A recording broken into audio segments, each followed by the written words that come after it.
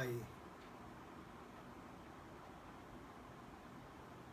Friends, കർത്താവിൻ്റെ നാമത്തിൽ നിങ്ങൾക്ക് എല്ലാവർക്കും വന്ദനം. നമ്മുടെ പിതാവായ ദൈവത്തിൽ നിന്നും കർത്താവായ യേശുക്രിസ്തുവിൽ നിന്നും നിങ്ങൾക്ക് എല്ലാവർക്കും കൃപയും സമാധാനവും ഉണ്ടാകട്ടെ. വീണ്ടും നമ്മൾ തിരുവചന പഠനത്തിനായിട്ട് സമയത്തെ വേർതിരിക്കുന്നു. ലഭിച്ച ഈ വലിയ അവസരത്തിനായിട്ടും കർത്താവിന് സ്തോത്രം.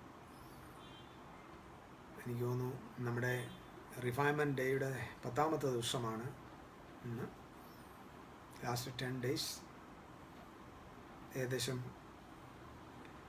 ബൈബിളിലെ ഏകദേശം ഒരു 300 ചാപ്റ്ററോളം ബൈബിൾ വായിക്കാൻ ഈ സമയങ്ങളിൽ ഇത് ഫോളോ ചെയ്യുന്നവർക്ക് കഴിഞ്ഞിട്ടുണ്ട്. മണിക്കൂറുകൾ ദൈവസന്നിധിയിൽ പ്രാർത്ഥിക്കാനായി അവസരം ലഭിച്ചിട്ടുണ്ട്. എനിക്ക് തോന്നുന്നു അവരുടെ ദേഹദേഹി ആത്മാവിന് എല്ലാ മേഖലയിലും ഒരു റിഫ്രഷ്മെൻറ്റും സംശുദ്ധീകരണവും ക്ലാരിറ്റിയോടെ അവരുടെ വിഷൻ ഒരു പ്രാവശ്യം കൂടെ റിന്യൂ ആകുന്ന നാളുകളാണിത്. Anyway, thank you so much. Refinement programme follow ചെയ്യുന്ന എവരെയും ഒരു പ്രാവശ്യം കൂടെ ദൈവം ബലപ്പെടുത്തട്ടെ. ഇനി അടുത്ത 30 days അത് തുടരുവാൻ ദൈവം അവസരം തരട്ടെ. Hi Aji brother, hallelujah, thank you Aji brother. വളരെ സന്തോഷമായിരിക്കുന്നു എന്ന് അറിയുന്ന എനിക്ക് തോന്നുന്നു മാസങ്ങളായി നേരിട്ട് കാണാൻ കഴിഞ്ഞിട്ട്.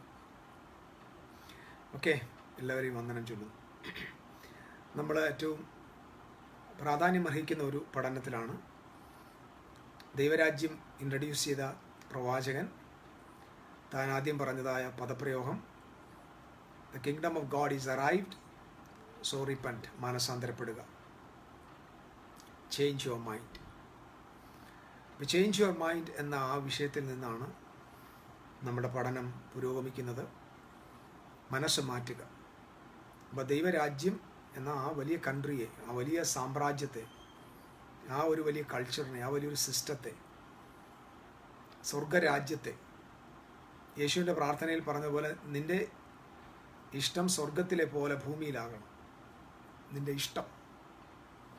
അപ്പം സ്വർഗത്തിലെ പോലെ ഭൂമിയിലാകാൻ പ്രാർത്ഥിക്കാൻ പറഞ്ഞ കർത്താവ് ഈ ഭൂമിയിൽ അവിടുത്തെ വരവിനാൽ സ്ഥാപിച്ച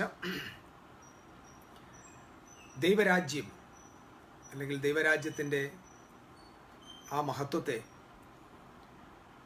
ഒരാൾ എങ്ങനെയാണ് അതിനകത്ത് ഫുൾ ഇൻവോൾവ് ആകുന്നത്, അല്ലെങ്കിൽ ആ രാജ്യത്തിലേക്ക് അവൻ എങ്ങനെയാണ് അതിൻ്റെ പൂർണ്ണതയിലെത്തുന്നത്, അതിലേക്ക് അവൻ എങ്ങനെ പാർട്ടിസിപ്പേറ്റ് ചെയ്യാൻ പറ്റും, അതിന് ദൈവം കൊടുത്തിരിക്കുന്ന ഏറ്റവും ആരംഭമായ നടപടിയാണ് ചേഞ്ച് യുവർ മൈൻഡ് എന്നത്, നിൻ്റെ മനസ്സ് മാറ്റുക എന്നത്.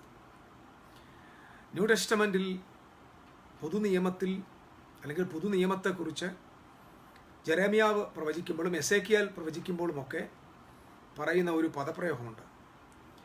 ഞാൻ അന്നാളിൽ അവരുടെ മേൽ എൻ്റെ പുതിയൊരാത്മാവിനെ നൽകും. അതോടൊപ്പം പറയുന്നത് അവരുടെ കല്ലായ ഹൃദയത്തെ ഞാൻ എടുത്തു മാറ്റി അവർക്ക് മാംസളമായ ഒരു ഹൃദയം കൊടുക്കും. I'll give you a new heart. നമ്മുടെ ഇടയിൽ നമ്മൾ അറിയാതെ പഠിപ്പിക്കുന്ന ഒരു എററുണ്ട്. അത് പൊതുവായിട്ട് കോമൺ ഒരു 90% ഓഫ് ക്രിസ്ത്യൻ പ്രീച്ചേഴ്സ് പറയുന്ന ഒരു എററാണ്. അതിങ്ങനെയാണ്, നമ്മുടെ ഹൃദയത്തെ കർത്താവിന് കൊടുക്കുക. നിങ്ങൾ കേട്ട് കാണും, ഒരുപാട് പേര് കേട്ടുണ്ട്. ഒരുപക്ഷെ ഇതിനകത്തിരിക്കുന്ന എല്ലാവരും രക്ഷിക്കപ്പെട്ടപ്പോൾ കേട്ട, അല്ലെങ്കിൽ രക്ഷയുടെ മഹത്വത്തെ അംഗീകരിച്ചപ്പോൾ നിങ്ങളുടെ ഉള്ളിൽ നിങ്ങൾ കേട്ട ശബ്ദം ഇതാ, നിങ്ങളുടെ ഹൃദയത്തെ കർത്താവിന് കൊടുക്കുക എന്ന്. സോ എൻ്റെ ഹൃദയം ഞാൻ കർത്താവിന് കൊടുക്കുക എന്ന് പറഞ്ഞപ്പോൾ അത് വേദപുസ്തകത്തിന് വൈരുദ്ധ്യമായ ഒരു ചിന്തയാണ്. പക്ഷെ നമ്മൾ കോമൺ ആയിട്ട് നമ്മുടെ പ്ലാറ്റ്ഫോമുകളിൽ, നമ്മുടെ ആൾട്ടർ കോളുകളിൽ മുഴങ്ങുന്ന ഒരു ശബ്ദമാണ്, give your heart to the Lord Jesus Christ. എത്ര പേർക്ക് നിങ്ങളുടെ ഹൃദയത്തെ യേശുവിന് കൊടുക്കാൻ താല്പര്യമുണ്ട്? അതൊരു തെറ്റായ ഒരു പ്രഖ്യാപനമാണ്. അതൊരു എററാണ്. അതൊരു കോമൺ എന്ന് പറഞ്ഞ ഒരു സ്വീറ്റ് ലൈ ആണ്, വളരെ മാധുര്യമുള്ള ഒരു കള്ളം. പക്ഷെ യഥാർത്ഥത്തിൽ നമ്മുടെ ഹൃദയം നമ്മൾ കർത്താവിന് കൊടുക്കുന്നതല്ല വിശുദ്ധ വേദപുസ്തകത്തിൻ്റെ ഭാഷ. നമ്മുടെ ഈ കല്ലായ ഹൃദയം കർത്താവിന് ആവശ്യമില്ല. അത് തെറ്റായ ഒരു മാനദണ്ഡമാണ്, അല്ലെങ്കിൽ തെറ്റായ ഒരു പ്രഖ്യാപനമാണ്. മറിച്ച് നമ്മുടെ കല്ലായ ഹൃദയത്തെ, നമ്മുടെ വഷളായിപ്പോയ ഹൃദയത്തെ, നമ്മുടെ ഇരുളു നിറഞ്ഞ ഹൃദയത്തെ, അഴുക്കും മാലിന്യവും നിറഞ്ഞ ആ ഹൃദയത്തെ എടുത്തു മാറ്റി ദൈവം നമുക്ക് പുതുഹൃദയത്തെ തരുന്നു എന്നാണ്. അപ്പം നമ്മുടെ ഹൃദയം കർത്താവിന് കൊടുക്കുന്നതല്ല സുവിശേഷത്തിൻ്റെ നമ്മുടെ റെസ്പോൺസ്. കർത്താവിൽ നിന്നൊരു പുതിയ ഹൃദയം വാങ്ങുന്നതാണ്. ആ ഹൃദയം വാങ്ങുക എന്ന് പറയുമ്പോൾ ഉടനെ നമ്മുടെ ഈ ശരീരത്തിലുള്ള അവയവമാണെന്ന് നമ്മൾ ചിന്തിക്കുക. അതിനെ നമ്മൾ മനസ്സിലാക്കി വരികയാണ്. നിന്റെ ഹൃദയത്തെ ദൈവത്തിന് തുറന്നു കൊടുക്കുക എന്നൊക്കെ നമ്മൾ പറയാറുണ്ട്. വാസ്തവത്തിൽ നമ്മുടെ ഹൃദയത്തെ ദൈവത്തിന് തുറന്നു കൊടുക്കുകയല്ല, അവിടുന്ന് നമുക്കൊരു പുതുഹൃദയത്തെ തരികയാണ്. അപ്പം നമ്മൾ ഈ ദിവസങ്ങളിൽ പഠിച്ചു വരുന്നത് a journey to heart, journey to the heart, അല്ലെങ്കിൽ നമ്മുടെ ഹൃദയത്തിലേക്കൊരു യാത്ര, നമ്മുടെ എല്ലാവരുടെയും ഹൃദയത്തിലേക്കൊരു യാത്രയാണ്. കാരണം വിശുദ്ധ ബൈബിളിൽ ഏകദേശം 970 പ്രാവശ്യം രേഖപ്പെടുത്തിയിരിക്കുന്ന വളരെ പ്രാധാന്യമർഹിക്കുന്ന ഒരു വേദശാസ്ത്ര പഠനമാണ്, തിയോളജിക്കൽ സ്റ്റഡിയാണ് ഹാർട്ട് എന്ന വിഷയത്തെക്കുറിച്ചുള്ളത്, അല്ലെങ്കിൽ നമ്മുടെ സോൾ എന്ന വിഷയത്തെക്കുറിച്ചുള്ളത്. അപ്പോൾ ആ സോളിൽ 2 പോർഷൻസ് ഉണ്ടെന്ന് ഞാൻ പറഞ്ഞു. ഒന്ന് സബ്ജക്റ്റീവ് മൈൻഡ്, 2 ഒബ്ജക്റ്റീവ് മൈൻഡ്, അല്ലെങ്കിൽ കോൺഷ്യസ് മൈൻഡ്, അല്ലെങ്കിൽ സബ് കോൺഷ്യസ് മൈൻഡ്. വേറൊരർത്ഥത്തിൽ പറഞ്ഞാൽ റിഫ്ലെക്സീവ് മൈൻഡ്, അല്ലെങ്കിൽ റിഫ്ലക്റ്റീവ് മൈൻഡ്. വേറൊരർത്ഥത്തിൽ പറഞ്ഞാൽ റാഷണൽ മൈൻഡ്, അല്ലെങ്കിൽ ഇറാഷണൽ മൈൻഡ്. ഏത് വേണമെങ്കിലും പറയാം. ഈ 2 തലങ്ങൾ, 2 ഡയമെൻഷൻസ്, ഒരു മനസ്സിന്, നമ്മുടെ സോളിൻ്റെ 2 ഡയമെൻഷൻസ്. ഡയമെൻഷൻ എന്ന് പറയുമ്പോൾ 2 എങ്ങനെ പറഞ്ഞേ അളവാണ്, 2 ടൈപ്പ് ഓഫ് മെഷർമെൻ്റ് ആണ്, 2 ടൈപ്പ് ഓഫ് ഫങ്ഷൻസ് ആണ്, അനുമാനങ്ങളാണ്. അല്ലെങ്കിൽ the first part of the soul is functioning in conscious way. Conscious means ഒബ്ജക്റ്റീവാണ്. ഒബ്ജക്റ്റീവ് വേയിലാണ് അത് ചലിച്ചുകൊണ്ടിരിക്കുന്നത്. അത് directly connected to our senses. നമ്മുടെ കണ്ണുകൊണ്ട് കാണുന്നതിലും കേൾക്കുന്നതിലും രുചിക്കുന്നതിലും സ്പർശിക്കുന്നതിലും നമ്മൾ മണക്കുന്നതിലുമായ ആ സെൻസിലൂടെയാണ് നമ്മുടെ കോൺഷ്യസ് മൈൻഡ് ഫങ്ഷൻ ആകുന്നത്. നമ്മൾ ഡിസിഷൻസ് എടുക്കുന്നത് നമ്മുടെ കോൺഷ്യസ് മൈൻഡാണ്. നമ്മുടെ ആക്ഷൻസ് നമ്മുടെ കോൺഷ്യസ് മൈൻഡ്, എല്ലാം കോൺഷ്യസിലാണ്. നമ്മളൊരു തീരുമാനമെടുക്കുന്നത്, നമ്മളെന്തെങ്കിലും ഒരു കാര്യങ്ങൾ പറയുന്നത്, ഇതൊക്കെ കോൺഷ്യസ് ആണ്, വളരെ കോൺഷ്യസ് മൈൻഡിലാണ്.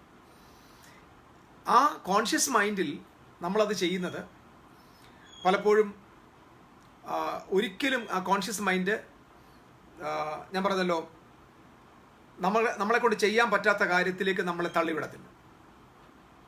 കാരണം അത് വളരെ അനലിറ്റിക്കലാണ്. കോൺഷ്യസ് മൈൻഡ് വളരെ അനലിറ്റിക്കലാണ്. കയ്യിലൊരു 100 രൂപ വെച്ചിട്ട് 500 രൂപയ്ക്ക് വേണ്ടി വാങ്ങാനായിട്ട് ഒരിക്കലും നമ്മുടെ കോൺഷ്യസ് മൈൻഡ് അനുവദിക്കത്തില്ല. 100 രൂപയെ കയ്യിലുള്ളൂ, 1000 രൂപയുടെ ഒരു സാധനം വാങ്ങണം. അത് വാങ്ങാനായിട്ട് ഒരിക്കലും നമ്മുടെ കോൺഷ്യസ് മൈൻഡ് നമ്മളെ അനുവദിക്കത്തില്ല. നമ്മൾ കാൽക്കുലേറ്റ് ചെയ്യും, നമ്മുടെ പേഴ്സിൽ നോക്കും, നമുക്ക് കഴിവുണ്ടോ എന്ന് നോക്കും. എന്നിട്ട് അവസാനം നമ്മുടെ കോൺഷ്യസ് മൈൻഡ് പറയും സോറി ഇത് പറ്റില്ലെന്ന് പറയും. അതേസമയം 1000 രൂപയുടെ സാധനം വാങ്ങണമെന്ന് നമ്മുടെ സബ് കോൺഷ്യസ് മൈൻഡാണ് ആഗ്രഹിച്ചെങ്കിൽ 100% അത് സംഭവിച്ചിരിക്കും. അവിടെ അനലൈസിങ് ഇല്ല, അവിടെ ക്രിയേഷൻസും പ്രൊഡക്ഷൻസും മാത്രമേ ഉള്ളൂ. സോ വളരെ പ്രാധാന്യം അർഹിക്കുന്ന ഒരു പഠനമാണ് ഇത്. ഞാൻ പറഞ്ഞല്ലോ, സെക്യുലർ വേൾഡിൽ വളരെ മനോഹരമായിട്ട് ആ നിലയിൽ പഠിപ്പിക്കുമ്പോൾ നമ്മളിത് തിരുവെഴുത്തിൻ്റെ ആധാരമായി ക്രിസ്തുവിൻ്റെ ജീവനിൽ ദൈവരാജ്യത്തിൻ്റെ ബേസിൽ വളരെ അത്യാവശ്യത്തോടെ അറിയേണ്ടതായ പഠനമായി മനസ്സ് മാറുക എന്നത്. ഞാൻ പറഞ്ഞല്ലോ, നമ്മൾ ആദ്യം തന്നെ മാറേണ്ടത്, ആദ്യത്തെ ചിന്ത തന്നെ മനസ്സ് മാറുക എന്നതുകൊണ്ട് അർത്ഥമാക്കുന്നത് ഒരിക്കലും പാപത്തിൽ നിന്ന് വരിക എന്നുള്ളതൊന്നുമല്ല. പാപവുമായിട്ട് ഇതിന് ബന്ധമില്ല. ഇത് ആദ്യം മാനസാന്തരം എന്ന വാക്കിന് ഒരിക്കലും സിന്നുമായോ ഒന്നും ബന്ധമില്ല. ഇത് മതങ്ങൾ നമ്മളെ പഠിപ്പിച്ച് നമ്മുടെ ഉള്ളിലാക്കിയ ഒരു ചിന്തയാണ്, ഒരു ഫാക്ട്, ഒരു ചിന്തയാണ്. അതൊരു റോങ് ആയിട്ടുള്ള എററാണ്. മനസ്സ് മാറുക, മാനസാന്തരപ്പെടുക. ഒരാൾ നമ്മളൊരു മദ്യപാനി അല്ലെങ്കിൽ ഒരു പള്ളിയിൽ വന്നുകൊണ്ടിരിക്കുന്ന ഒരാൾ മദ്യപിച്ച പറയാം മാനസാന്തരമല്ല, അവൻ്റെ മാനസാന്തരപ്പെട്ടിട്ടില്ല, അവൻ്റെ മാനസാന്തരം ശരിയല്ല. വേറൊരു വാക്ക് നമ്മുടെ ഇടയിൽ പറയാം, മൂത്ത മാനസാന്തരം 3 മാസവും. ഇത് മുഴുവൻ ഞാൻ പറഞ്ഞല്ലോ, വേദപുസ്തകത്തിലെ നല്ല പവർഫുള്ളായിട്ടുള്ള കിങ്ഡത്തിൻ്റെ ടേംസ്, അല്ലെങ്കിൽ വളരെ ആധികാരികമായിട്ട് സെക്കുലർ വേൾഡിലോട് പരിചയപ്പെടുത്താൻ പറ്റുന്നതായ മനോഹരമായ ടേംസ് നമ്മളെടുത്ത് മതപരമായിട്ട് കാര്യങ്ങളിലേക്ക് മാറ്റി. അപ്പോൾ നമ്മുടെ മനസ്സ് മാറ്റുക എന്ന് പറയുമ്പോൾ ഉടനെ നമ്മൾ പാപം ചെയ്യാതിരിക്കുക, തെറ്റ് ചെയ്യാതിരിക്കുക എന്നൊക്കെ, അത് മുഴുവൻ കണക്റ്റഡ് ടു സിൻ. അതല്ല. കാരണം ദൈവരാജ്യം സമീപിച്ചിരിക്കുന്നു, അതുകൊണ്ട് മാനസാന്തരപ്പെടുക എന്ന് പറഞ്ഞാൽ അതിൻ്റെ യഥാർത്ഥ അർത്ഥം നിങ്ങളുടെ മനസ്സ് മാറ്റിക്കോ, നിങ്ങളുടെ ഹാർട്ട് സിസ്റ്റത്തിന് മാറ്റം വരണം, നിങ്ങളുടെ കോൺഷ്യസ് ആൻഡ് സബ് കോൺഷ്യസ് മൈൻഡിൽ നിങ്ങൾ ഇപ്പോൾ ചെയ്തിരിക്കുന്ന പ്രോഗ്രാം മാറിക്കോ. കാരണം ഈ രാജ്യം, വരുവാനുള്ള രാജ്യം, അല്ലെങ്കിൽ ഇപ്പോൾ ഈ അറൈവ്ഡ് ആയിരിക്കുന്ന ഈ രാജ്യം നിങ്ങൾ നിലവിലുള്ള സിസ്റ്റവുമായിട്ട് ഒരിക്കലും വർക്കൗട്ട് ചെയ്യാൻ പറ്റില്ല. സോ ആ രാജ്യത്ത് നിങ്ങൾക്ക് ഫങ്ഷൻ ചെയ്യണമെങ്കിൽ, ആ രാജ്യത്തിൻ്റെ മഹത്വം നിങ്ങൾ അനുഭവിക്കണമെങ്കിൽ, ആ രാജ്യത്തിൻ്റെ ബെനിഫിറ്റ് നിങ്ങൾ അനുഭവിക്കണമെങ്കിൽ, ആ രാജ്യത്തിൻ്റെ അഡ്വാൻറ്റേജ് നിങ്ങൾ എടുക്കണമെങ്കിൽ, അല്ലെങ്കിൽ ആ രാജ്യത്തെ സംബന്ധിച്ചതായ നിലയിൽ നിങ്ങൾക്ക് ഒരു ഇൻവോൾവ്മെൻ്റ് ആവശ്യമെങ്കിൽ നിശ്ചയമായിട്ടും നിങ്ങളുടെ ഓൾ സിസ്റ്റം, നിങ്ങളുടെ ആ മൈൻഡ് സിസ്റ്റം, നിങ്ങളുടെ metanoia change your mind. Change your means transform your mind. നിങ്ങളുടെ മനസ്സിനെ പുതുക്കി രൂപാന്തരപ്പെടുക എന്ന് പൗലോസിൻ്റെ ഭാഷയിൽ പറയുന്നു. സോ ഇത് ഞാൻ നിങ്ങളുടെ മുമ്പിൽ കഴിഞ്ഞ ദിവസങ്ങളായിട്ട് ഇങ്ങനെ വരികയാണ്. ഞാനിന്ന് വീണ്ടും നമ്മൾ ആ പദത്തെ തന്നെ എടുക്കുകയാണ്. സെക്കുലർ വേൾഡിൽ അല്ലെങ്കിൽ നമ്മുടെ പൊതുവായ ലോകത്ത് അതിനെ പഠിപ്പിക്കുമ്പോൾ അതിനെ ഉപബോധ മനസ്സെന്ന് പഠിപ്പിക്കുന്നു. പക്ഷേ ഇത് വിശുദ്ധ ബൈബിൾ അതിനെ പഠിപ്പിക്കുമ്പോൾ ഹാർട്ട് എന്ന് പഠിപ്പിക്കുന്നു, ഹൃദയം എന്ന് പഠിപ്പിക്കുന്നു, വഷളായിപ്പോയ ഹൃദയം എന്ന് പഠിപ്പിക്കുന്നു. അവരുടെ ഹൃദയത്തിൻ്റെ നിരൂപണങ്ങൾ ബാല്യം മുതലേ കുറ്റമുള്ളത് എന്ന് നമ്മൾ കാണുന്നു. അപ്പം ഹൃദയം, അപ്പം എവിടെയെല്ലാം മനുഷ്യൻ്റെ മാൽ ഫങ്ഷൻ ഉണ്ടോ, ഈ വാക്കുകൾ ഞാൻ വീണ്ടും ആവർത്തിക്കും. മാൽ ഫങ്ഷൻ എന്ന വാക്ക് ഞാൻ വീണ്ടും എക്സ്പ്ലെയിൻ ചെയ്തില്ല. മാൽ ഫങ്ഷൻ എന്ന് പറഞ്ഞാൽ എന്തിനു വേണ്ടി ഒരു മനുഷ്യനെ ദൈവം സൃഷ്ടിച്ചോ ആ സൃഷ്ടിച്ച ആ മനുഷ്യൻ ആ പദവി അതിൽ മൂവ് ചെയ്യാതെ എന്തൊക്കെ ചെയ്യാൻ പാടില്ലോ അതെല്ലാം ചെയ്യുക, അതിൻ്റെ പേരാണ് മാൽ ഫങ്ഷൻ എന്ന് പറയുന്നത്. അതായത് നമ്മൾ കോഫി കുടിക്കേണ്ട കപ്പ് എടുത്തിട്ട് നമ്മൾ ചാണകം വാരാൻ ഉപയോഗിക്കുന്നു, ചെളി വാരാൻ ഉപയോഗിക്കുക. അത് അങ്ങനെയാണെങ്കിൽ അത് ആ കപ്പിൻ്റെ പർപ്പസ് അതല്ല. അത് ഉപയോഗിക്കുന്നുണ്ട്, ശരിയാ, വാരാൻ പറ്റുന്നുണ്ട്, പക്ഷേ അതിൻ്റെ ഒറിജിനൽ ഇൻറ്റൻഷൻ അല്ലെങ്കിൽ ക്രിയേറ്ററിൻ്റെ ഒറിജിനൽ ഇൻറ്റൻഷൻ അവിടെ നടന്നിട്ടില്ല. അതിനെ മാൽഫങ്ഷൻ എന്ന് പറയാൻ പറ്റുമെന്ന് എനിക്കറിയില്ല. എനിവേ, എന്തിനും സൃഷ്ടിച്ചോ ആ നിലയിൽ മൂവ് ചെയ്യാതെ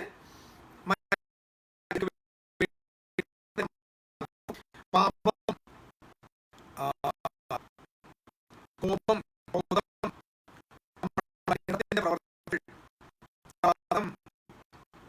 അസൂയ, പക, പിണക്കം, മോഷണം, ഇങ്ങനെ വേണ്ട ഇതുപോലുള്ള എല്ലാ പ്രവൃത്തികളും, ഈ പ്രവൃത്തികളെല്ലാം മനുഷ്യൻ്റെ മാൽ ഫങ്ഷനാണ്. അപ്പോൾ അത് നമ്മളവനെ സിന്നറോ പാപിയ എന്നൊക്കെ പറയും. പക്ഷേ എന്താ സംഭവം, അവൻ്റെ ക്രിയേഷൻ അങ്ങനല്ല. പക്ഷെ അവനിലൂടെ ഒറിജിനലായിട്ടുള്ള ആ ആക്ഷൻ വരാതെ തെറ്റായത് വരിക. അതിൻ്റെ കാരണം എന്താണെന്ന് യേശു തന്നെ പറഞ്ഞിട്ടുണ്ട്. ഈ കാര്യങ്ങളെല്ലാം, ഈ നേരത്തെ പറഞ്ഞതായ ആ ലിസ്റ്റെല്ലാം ഹൃദയത്തിൽ നിന്ന് പുറപ്പെട്ട് മനുഷ്യനെ അശുദ്ധനാക്കുന്നു എന്ന്. അപ്പം വ്യഭിചാരം, കൊലപാതകം, മോഷണം, അസൂയ, പക, പിണക്കം, വിദ്വേഷം, ഇതെല്ലാം എവിടെ നിന്ന് പുറപ്പെടുന്നതാണ്? ഇതെല്ലാം ഹൃദയത്തിൽ നിന്ന് പുറപ്പെടുന്നു. അപ്പോൾ ഇതിനെല്ലാം സ്റ്റോർ ഹൗസ് എവിടെയാണ്? ഇതിനെല്ലാം സ്റ്റോർ ഹൗസ് മനുഷ്യൻ്റെ ഹൃദയമാണ്. സകല തിന്മയുടെയും സ്റ്റോർ ഹൗസ് മനുഷ്യൻ്റെ ഹൃദയമാണ്. സോ ഇതൊരു ഭയങ്കര സ്റ്റോറേജ് ഉള്ള, നമ്മുടെ നാട്ടിലെ ഏതൊരു കമ്പ്യൂട്ടറിലും സ്റ്റോർ ചെയ്യാൻ പറ്റാത്തതിലധികം സ്റ്റോർ ചെയ്യാൻ കപ്പാസിറ്റി ഉള്ള ഒരു സ്റ്റോറേജ് സിസ്റ്റമാണ് നമ്മുടെ സബ് കോൺഷ്യസ് മൈൻഡ്. അതാണ് ഹൃദയം എന്ന് പറയുന്നത്. അതുകൊണ്ടാണ് നമ്മുടെ ജ്ഞാനിയായ ശാലോമോൻ സദൃശ്യവാക്യത്തിൽ ഒരു വാക്യമുണ്ട്. ആ വാക്യത്തെ ഒന്ന് വിശദീകരിച്ചിട്ട് ഞാനിന്ന് നമ്മുടെ ഈ പഠനത്തിലേക്ക് കൂടെ കയറി വരാൻ പോവാം.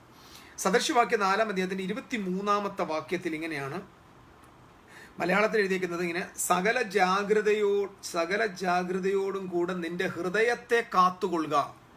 ആ വാക്ക് നിങ്ങൾ ശ്രദ്ധിക്കണം. സകല ജാഗ്രതയോടും കൂടെ നിന്റെ ഹൃദയത്തെ കാത്തുകൊള്ളുക. കീപ് ദൈ ഹാർട്ട് വിത്ത് ഓൾ ഡിലിജൻസ്. ഹൃദയത്തെ കാത്തുകൊള്ളുക.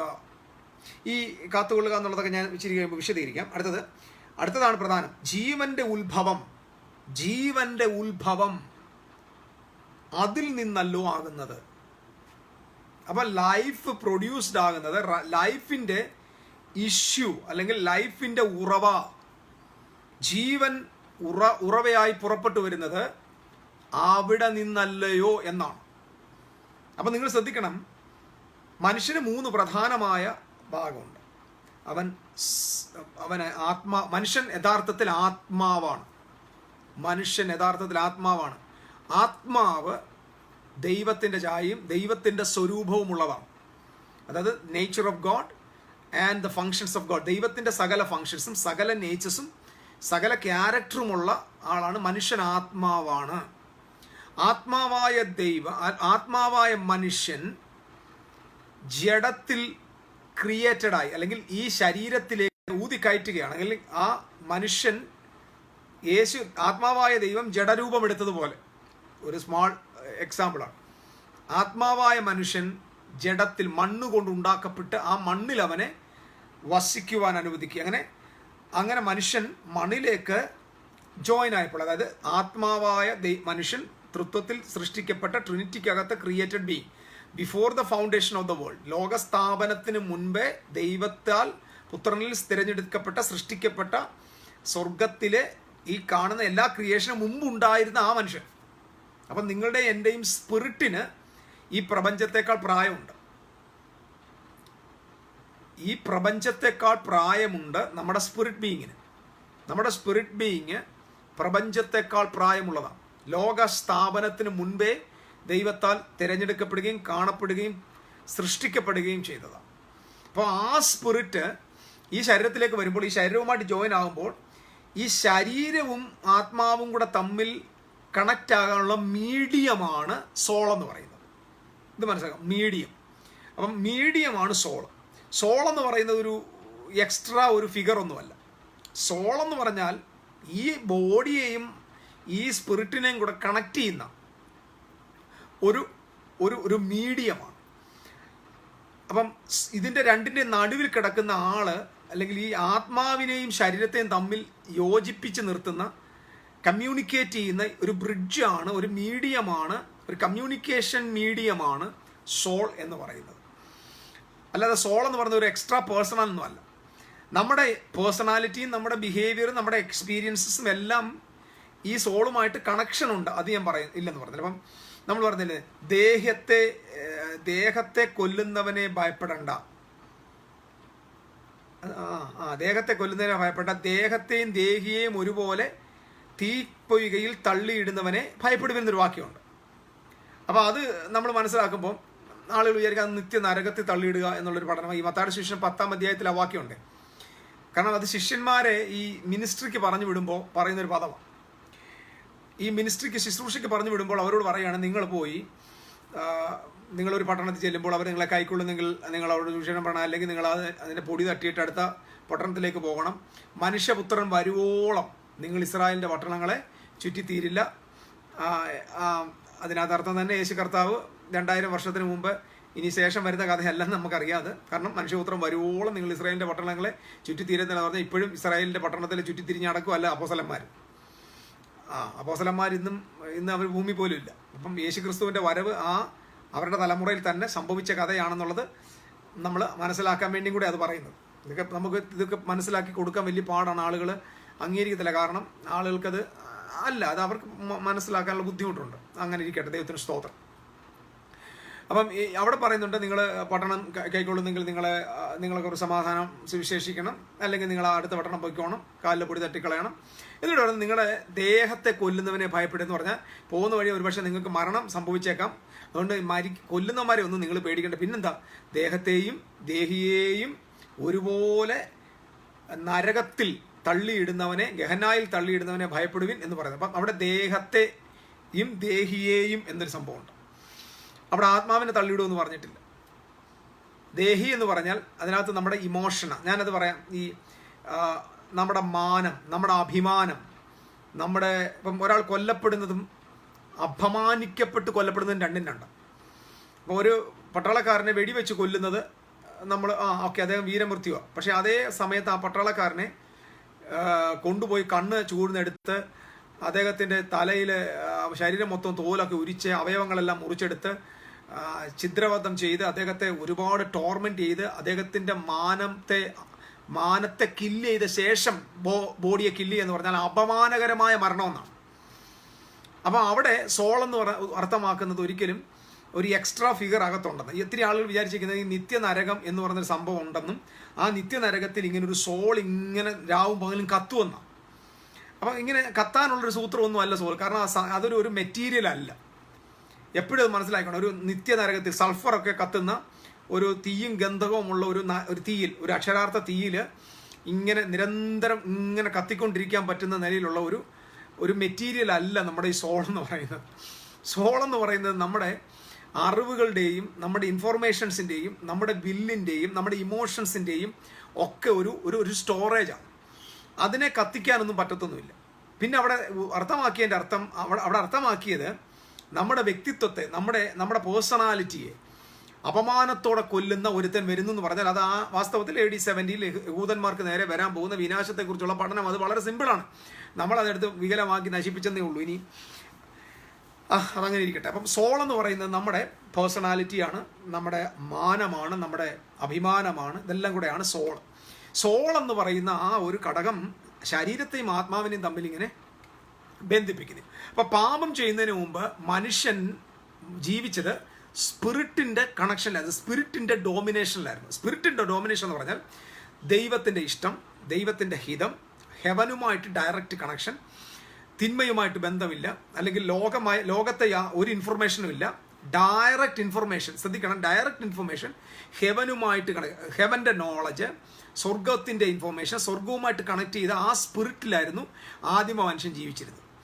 അപ്പം മനുഷ്യന് ഇവിടെ വന്നു കഴിഞ്ഞിട്ട് ഈ നന്മ തിന്മയുടെ വൃക്ഷഫലം തിന്നപ്പോൾ എന്താ സംഭവിച്ചതെന്ന് ചോദിച്ചാൽ, നന്മ തിന്മയുടെ വൃക്ഷഫലം വന്നപ്പോൾ സ്വർഗത്തിൻ്റെ നോളജിൽ നിന്ന് മനുഷ്യൻ സോളിഷ് നോളജിലേക്ക് വന്നു.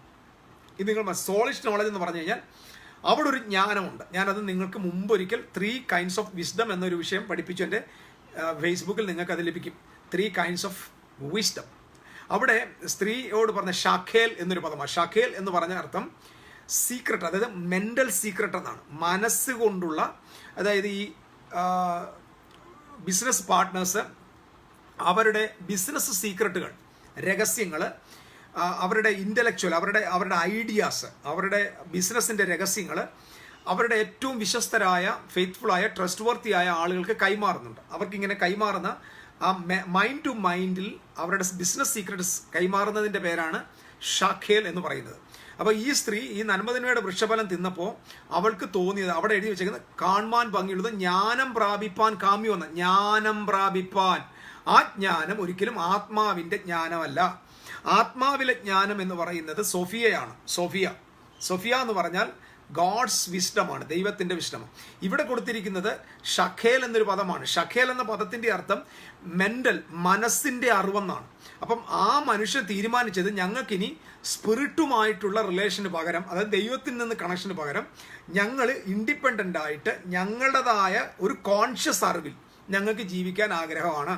വാസ്തവത്തിൽ മനുഷ്യൻ ജീവിച്ചിരുന്നത് സബ് കോൺഷ്യസിലായിരുന്നു. സബ് കോൺഷ്യസ് എന്ന് പറഞ്ഞാൽ ഓട്ടോമാറ്റിക്കലി ഫങ്ഷൻ ആകുമായിരുന്നു.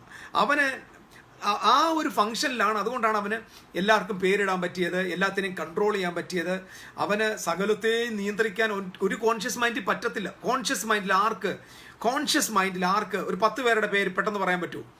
പറ്റത്തില്ല. വളരെ ജ്ഞാനത്തോടെ ലോകത്തെ സകല ജീവികൾക്കും അപരാധം പേരിട്ടെങ്കിൽ അവൻ ജീവിച്ചിരുന്ന ഒരു സബ് കോൺഷ്യസ്, അതായത് ഒരു ഹയർ സ്റ്റോറേജിലായിരുന്നു.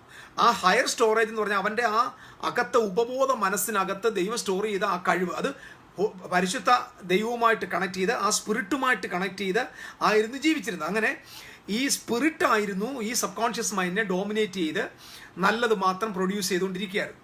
എന്നാൽ ഇപ്പോൾ മനുഷ്യൻ്റെ കോൺഷ്യസ് ഉണർന്നു. സത്യത്തിൽ ലോകത്തിൽ മനുഷ്യൻ കോൺഷ്യസ്നെസ് അല്ലെങ്കിൽ മനസാക്ഷി എന്ന് പറയുന്ന ഒരു സംഭവം ഉണ്ടായി വന്നത് വാസ്തവത്തിൽ ഇവന് ഈ നന്മതിന്മയുടെ വൃക്ഷഫലം തിന്നപ്പോൾ. ഞാൻ ഈ പറയുന്ന കാര്യങ്ങൾ ഒന്ന് ശ്രദ്ധിച്ച് കേൾക്കണം. നിങ്ങൾ ശ്രദ്ധിച്ച് കേട്ടില്ലെങ്കിൽ നിങ്ങൾക്ക് ഒരു പക്ഷേ ഇത് മനസ്സിലാകാതെ പോകും. ഈ കോൺഷ്യസ്നെസ്, ഇപ്പം മനുഷ്യൻ്റെ കോൺഷ്യസ് ആണ് അവൻ്റെ അകത്ത് ഏറ്റവും വലിയ പ്രശ്നക്കാരൻ. നിങ്ങൾ ശ്രദ്ധിച്ചേ, അവൻ കോൺഷ്യസ് വന്നപ്പോൾ അവൻ ആദ്യം എന്താ പറഞ്ഞത്? കോൺഷ്യസ് അങ്ങോട്ട് വന്നു. അത് തിന്നു കഴിഞ്ഞപ്പോൾ ഉടനെ അവൻ്റെ മനസ്സാക്ഷി ഉണർന്നു. അവൻ്റെ അകത്തെ കോൺഷ്യസ്നെസ്, അവൻ്റെ റാഷണൽ മൈൻഡ്, അവൻ്റെ ഒബ്ജക്റ്റീവ് മൈൻഡ്, ആ ഒബ്ജക്റ്റീവ് മൈൻഡിൻ്റെ സെൻസിലാണ് ജീവിക്കുന്നത്. ആ സെൻസിൽ അവൻ വന്നപ്പോൾ ആദ്യം അവനെ തന്നെ നോക്കിയിട്ട് പറഞ്ഞു, ഐ ആം നേക്കഡ്, ഞാൻ നഗ്നനാണ്. അപ്പം നോക്കിക്കേ, കോൺഷ്യസ്നെസ്, അതുവരെ അയാൾ ഉടുപ്പിട്ടിട്ടില്ലായിരുന്നു, അയാൾക്ക് നഗ്നത തോന്നിയിട്ടില്ലായിരുന്നു, ഒരു പ്രോബ്ലം അല്ലായിരുന്നു. അപ്പം കോൺഷ്യസ് വന്നപ്പോൾ ഉടനെ അവൻ ഉടുപ്പിട്ടു, അവന് നഗ്നത തോന്നി, അവനിൽ തന്നെ കുഴപ്പമുണ്ടെന്ന് തോന്നി. സോ അവനിൽ തന്നെ അവൻ നോക്കാൻ തുടങ്ങി, അവൻ്റെ കണ്ണ് അവനെ തന്നെ കണ്ടു. അങ്ങനെ അവൻ ദൈവപുത്രനാണ്, തേജസ്സിൽ നിറഞ്ഞവനാണ്, അത്യുന്നതനായ ദൈവത്തിൻ്റെ പുത്രനാണ് എന്നുള്ള ആ മഹത്വമുള്ള ആ ഒരു സ്വർഗീയ ഡിക്ലറേഷനിൽ നിന്ന് മനുഷ്യൻ താഴേക്ക് പോയി. ഇതിൻ്റെ പേരാണ് come short of the glory എന്ന് പറയുന്നത്. അപ്പം മനുഷ്യൻ ഇവിടെ പോയി താഴോട്ട് പോവുക. അപ്പോൾ ഇപ്പോൾ അവൻ ജീവിക്കുന്ന കോൺഷ്യസ് ആണ്. ഈ കോൺഷ്യസ് വലിയ പ്രശ്നക്കാരനാണ്. കോൺഷ്യസ് ഭയങ്കര അനലിറ്റിക്കലാണ്. ഇതൊരു അറിവാണ്. ഈ അറിവ് നമ്മളെ കൊണ്ടുപോകുന്നത് ജഡത്തിലേക്കേ പോകത്തുള്ളൂ. ഈ അറിവിൽ, അതായത് കോൺഷ്യസ് അറിവിൽ ഒരാൾ ജീവിക്കുമ്പോൾ ആ ആള് നയിക്കപ്പെടുന്ന ജീവിതം ആത്മാവിലെ ജീവിതമല്ല. അദ്ദേഹത്തിന് എപ്പോഴും ഈ conscious mind is always connected with the census. നിങ്ങൾക്ക് മനസ്സിലാക്കണം. അതായത് കോൺഷ്യസ് എന്ന് പറയുന്ന ഈ സോളിൻ്റെ തന്നെ 2 ഡയമെൻഷനാണ് ഞാൻ പറഞ്ഞത്. ഒന്ന് സബ് കോൺഷ്യസ് എന്ന് പറയുന്നത് ഇറ്റ്സ് നോട്ട് അനലിറ്റിക്കൽ അല്ല. ഒരിക്കലും സബ് കോൺഷ്യസ് മൈൻഡിൽ ഗുഡ് ആൻഡ് ബാഡ് ഇല്ല. Thank you Lord. There is no good and bad, there is no right or wrong എന്നത് സബ് കോൺഷ്യസ് മൈൻഡിലില്ല. അതാണ് സബ് കോൺഷ്യസ് മൈൻഡ്. അതായത് നമ്മുടെ ഹാർട്ടിൻ്റെ പ്രത്യേകത. അത് ഹാർട്ടിനകത്ത് ശരിയാണോ തെറ്റാണോ അനലൈസിങ് ഇല്ല. ഇത് നിങ്ങൾ വളരെ ശ്രദ്ധിക്കണം. ഒരിക്കലും എൻ്റെ സബ് കോൺഷ്യസ് മൈൻഡിൽ എൻ്റെ ഹൃദയത്തിനകത്ത് വെച്ച് ഒന്നിനെയും അലോക്കേറ്റ് ചെയ്ത് ഇങ്ങനെ അനലൈസ് ചെയ്യത്തില്ല. ഡേറ്റ അനലൈസിങ് ഒന്നും നമ്മുടെ സബ് കോൺഷ്യസ് മൈൻഡിൽ. സബ് കോൺഷ്യസ് മൈൻഡിൽ എന്ത് പോകുന്നോ അത് പ്രൊഡ്യൂസ് ചെയ്യും. അത്രേ ഉള്ളൂ. അല്ലാതെ അത് ശരിയാണോ തെറ്റാണോ. കാരണം അത് മൂവ് ചെയ്തുകൊണ്ടിരുന്നത് ഇന്നസെൻസ് എന്ന് പറയും. അതാണ് ഇന്നസെൻസ് എന്ന് പറയുന്നത്. മനസ്സിലാകുന്നുണ്ടോ? ഇന്നസെൻസ് എന്ന് പറഞ്ഞു കഴിഞ്ഞാൽ ആദം ഹൗവയും they were not riches, they were innocence ആയിരുന്നു അവർ. അതുകൊണ്ടാണ് അവരെ തോൽപ്പിക്കാൻ പറ്റിയത്. ഇന്നസെൻസിനെ ആയിരിക്കും നമുക്ക് ഈ നിഷ്കളങ്കത എന്ന് പറയും. നല്ലതും തീയതും അറിയത്തില്ല, നമുക്കറിയത്തില്ല. നമ്മുടെ കൊച്ചുങ്ങളുടെ കയ്യിൽ വിഷം കണ്ടാലും മിഠായി കൊടുത്താലും രണ്ടും അവർക്ക് അറിയത്തില്ല, അവരങ്ങ് കഴിക്കുകയാണ്. അതിനകത്ത് നല്ലത് ഏതാ തീയതും തിരിച്ചറിയാനുള്ള കഴിവ് ഒരു നിഷ്കളങ്കതയാണത്. അപ്പോൾ അതുകൊണ്ടാണ് യേശു ക്രിസ്തു പറഞ്ഞത്, ഇപ്പം ഇതെല്ലാം നിങ്ങൾ ചേർത്ത് മറിക്കുന്നത്. അതുകൊണ്ടാണ് യേശു പറഞ്ഞത്, നിങ്ങൾ തിരിഞ്ഞ് ശിശുക്കളെ പോലെ ആകാതെ നിങ്ങൾക്ക് ദൈവരാജ്യത്തെ പ്രവേശിക്കാൻ പറ്റില്ല. അപ്പോൾ ദൈവരാജ്യത്തിൽ പ്രവേശിക്കുമ്പോൾ നിങ്ങൾ ഗുഡ് ആൻഡ് ഈവിൾ എന്ന ചിന്താഗതി, അതായത് കോൺഷ്യസ് ലൈഫിൽ നിന്ന് നിങ്ങൾ സബ് കോൺഷ്യസ് ലൈഫ്, ഹാർട്ട് ലൈഫിലേക്ക് പോകണം. അതായത് മൈൻഡ് ലൈഫിൽ നിന്ന് ഹാർട്ട് ലൈഫിലേക്ക് വരണം. മൈൻഡ് ലൈഫിൽ നിന്ന് ഹാർട്ട് ലൈഫിലേക്ക്, നിങ്ങൾ മനസ്സുകൊണ്ട് ജീവിക്കുന്നതിൽ നിന്ന് നിങ്ങൾ ഹൃദയം കൊണ്ട് ജീവിക്കുന്നതിലേക്ക് വരണം. ഇതാണ് അതിനകത്ത് പ്രധാന അർത്ഥം. നിങ്ങളുടെ ഹൃദയം കൊണ്ട് നിങ്ങൾ ജീവിക്കുമ്പോൾ നിങ്ങളുടെ ഹൃദയം എപ്പോഴും സ്പിരിറ്റുമായിട്ടാണ് കണക്ഷൻ. എന്ന് പറഞ്ഞാൽ ഈ സോളിൻ്റെ ഒരു പോർഷനാണ് സബ് കോൺഷ്യസ്. ആ കോൺഷ്യസിനകത്ത് 95% സബ് കോൺഷ്യസ്. അതിനെയാണ് ഈ ഹാർട്ട് എന്ന് പറയുന്നത്. ഈ ഹാർട്ട് ഈസ് ഓൾവേസ് ആരുടെ പക്ഷമാണെന്നറിയാമോ? ഇത് സ്പിരിറ്റിൻ്റെ പക്ഷമാണ്. ഇത് സ്പിരിറ്റുമായിട്ടാണ് അതിന് ഏറ്റവും കൂടുതൽ. കാരണം സ്പിരിറ്റിൻ്റെ മെത്തേഡാണ് അതായത് സ്വർഗീയ മെത്തേഡാണ് സ്പിരിറ്റ് എന്ന് പറയുമ്പോൾ മനസ്സിലാക്കേണ്ടത്, ഹെവനുമായിട്ടുള്ള മെത്തേഡ്. ആ മെത്തേഡാണ് നമ്മുടെ സബ് കോൺഷ്യസ് മൈൻഡിനകത്ത് ഫങ്ഷൻ ആകുന്നത്. അപ്പം നമ്മൾ ഇന്നസെൻസ് ആയിരിക്കുക. അപ്പോൾ ആദമിനെ ഹവ്വയ്ക്കും ഒരിക്കലും നന്മ തിന്മയുടെ അറിവ്, അല്ലെങ്കിൽ ശരിയാണ് തെറ്റാണ്, ഇത് കോൺഷ്യസ്നെസ് ആണ്. അപ്പം നമ്മൾ ക്രിസ്ത്യൻ ലൈഫിൽ ഒരിക്കലും നല്ലതും തീയതിലും ജീവിക്കരുത്. നല്ലതും തീയതിലും ജീവിക്കുന്നത് കൊണ്ടാണ് നമ്മുടെ ബന്ധങ്ങൾ മരണമായി മാറുന്നത്. നമ്മുടെ നല്ലൊരു ശതമാനം 90% ആളുകളെ റിലേഷൻഷിപ്പ് എന്തുകൊണ്ടാണ് ബ്രേക്കൺ ആവുന്നത്? എന്തുകൊണ്ട് അതിനകത്തൊരു ഉറപ്പില്ലാതെ പോകുന്നത്? എന്തുകൊണ്ട് നമ്മുടെ ബന്ധങ്ങൾ വഴയിൽ വെച്ച് വഷളായി പോകുന്നു? നമ്മൾ എടുക്കുന്ന മാനദണ്ഡം ഗുഡ് പേഴ്സൺ ആണോ ബാഡ് പേഴ്സൺ ആണോ, ഗുഡ് ആണോ ബാഡ് ആണോ? ഈ ചിന്ത തന്നെയാണ് എല്ലാ സഭകളിലും. അതായത് ദൈവസഭകളുടെ അകത്ത് ഇപ്പോൾ വളരുന്ന വൃക്ഷം നന്മ തിന്മയുടെ വൃക്ഷമാണ്.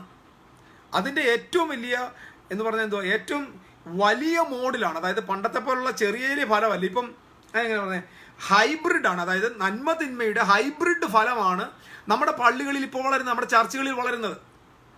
നമ്മളൊരാളെ നമ്മുടെ കൂട്ടുകാരാക്കുന്നത്, നമ്മളാളോട് സംസാരിക്കുന്നത്, അദ്ദേഹത്തെ ഇടപെടുന്ന എല്ലാത്തിൻ്റെ ബേസ് ഏതാ? ഗുഡ് ഓർ ബാഡ്, അദ്ദേഹം നല്ല ആളാണോ കൊള്ളാത്ത ആളാണോ? ഈ ചിന്ത തന്നെയാണ് എന്നെ കേൾക്കുന്നത് നിങ്ങൾക്ക് എല്ലാവർക്കും ഉള്ള പ്രശ്നമാണ്. അതുകൊണ്ടാണ് എല്ലാ ബന്ധങ്ങളും വഴിയിൽ വെച്ച് മരിക്കുന്നത്. കാരണം എവിടെ നന്മ തിന്മയുണ്ടോ അവിടെ മരണം ഉണ്ട്, നിർബന്ധമാണ്. മരണം വന്നിരിക്കും. അതുകൊണ്ട് ക്രിസ്തു പറഞ്ഞത്, നിങ്ങൾ തിരിഞ്ഞാരെ പോലാകണം, ശിശുവിനെ പോലാകണം. ഇത് നമ്മൾ മനസ്സിലാക്കണം. വെറുതെ കർത്താവ് ചുമ്മാതെ ഒരു ശിശുവിനെ കണ്ടപ്പോൾ പറഞ്ഞതല്ല. ശിശുവിനെ പോലെ ശിശു ഒരിക്കലും അനലിറ്റിക്കൽ അല്ല ജീവിക്കുന്നത്. അവൻ ഒരു അനലൈസിങ് ഇല്ല. അവൻ ശരിയാണോ തെറ്റാണോ, അവനോട് മിണ്ടിയാൽ കൊള്ളാമോ, അവനോട് കൂടെ പോയാൽ കൊള്ളാമോ, അവൻ്റെ ഫോൺ ഇങ്ങനെയൊന്നുമില്ല. എന്നിട്ട് അവസാനം നമ്മൾ നശിക്കുകയും ചെയ്യും. മറിച്ച്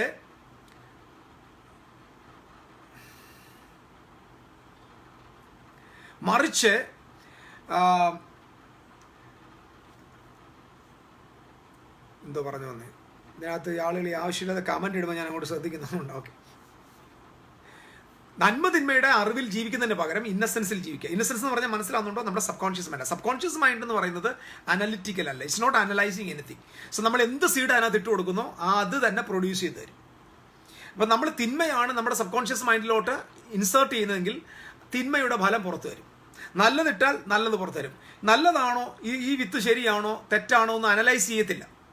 കാരണം സബ് കോൺഷ്യസ് മൈൻഡ് എപ്പോഴും പ്രൊഡക്റ്റീവാണ്.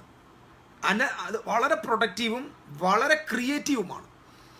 അപ്പോൾ ക്രിയേറ്റീവായിട്ടുള്ള പ്രൊഡക്റ്റീവായിട്ടുള്ള നമ്മുടെ സബ് കോൺഷ്യസ് മൈൻഡിൽ, നമ്മുടെ ഹാർട്ടിൽ നമ്മൾ എന്ത് വിതയ്ക്കുന്നോ അത് തന്നെ അത് കിളുത്ത് വരത്തുള്ളൂ. അതുകൊണ്ടാണ് ഒരു മനുഷ്യൻ്റെ ഹൃദയത്തിൽ നിന്നാണ് ഇതെല്ലാം പുറത്തേക്ക് വരുന്നത്. ഈ ഹൃദയത്തിൽ ഇതെങ്ങനെ വന്നു?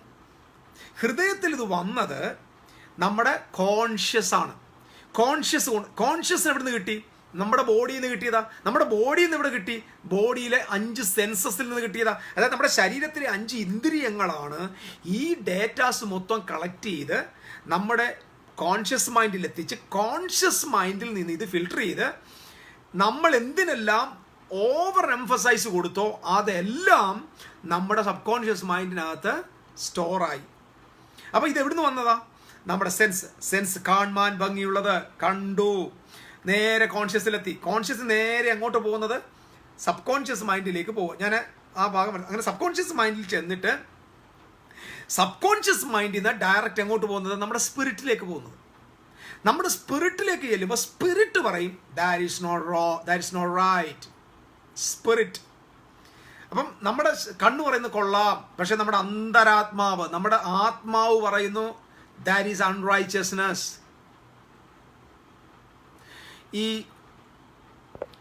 ഈ ജോമോൻ എരിപ്പോട് എന്ന് പറയുന്ന ആള് ആവശ്യമില്ലാതെ ഇതിനകത്ത് ടോക്ക് ചെയ്യുന്നുണ്ട്.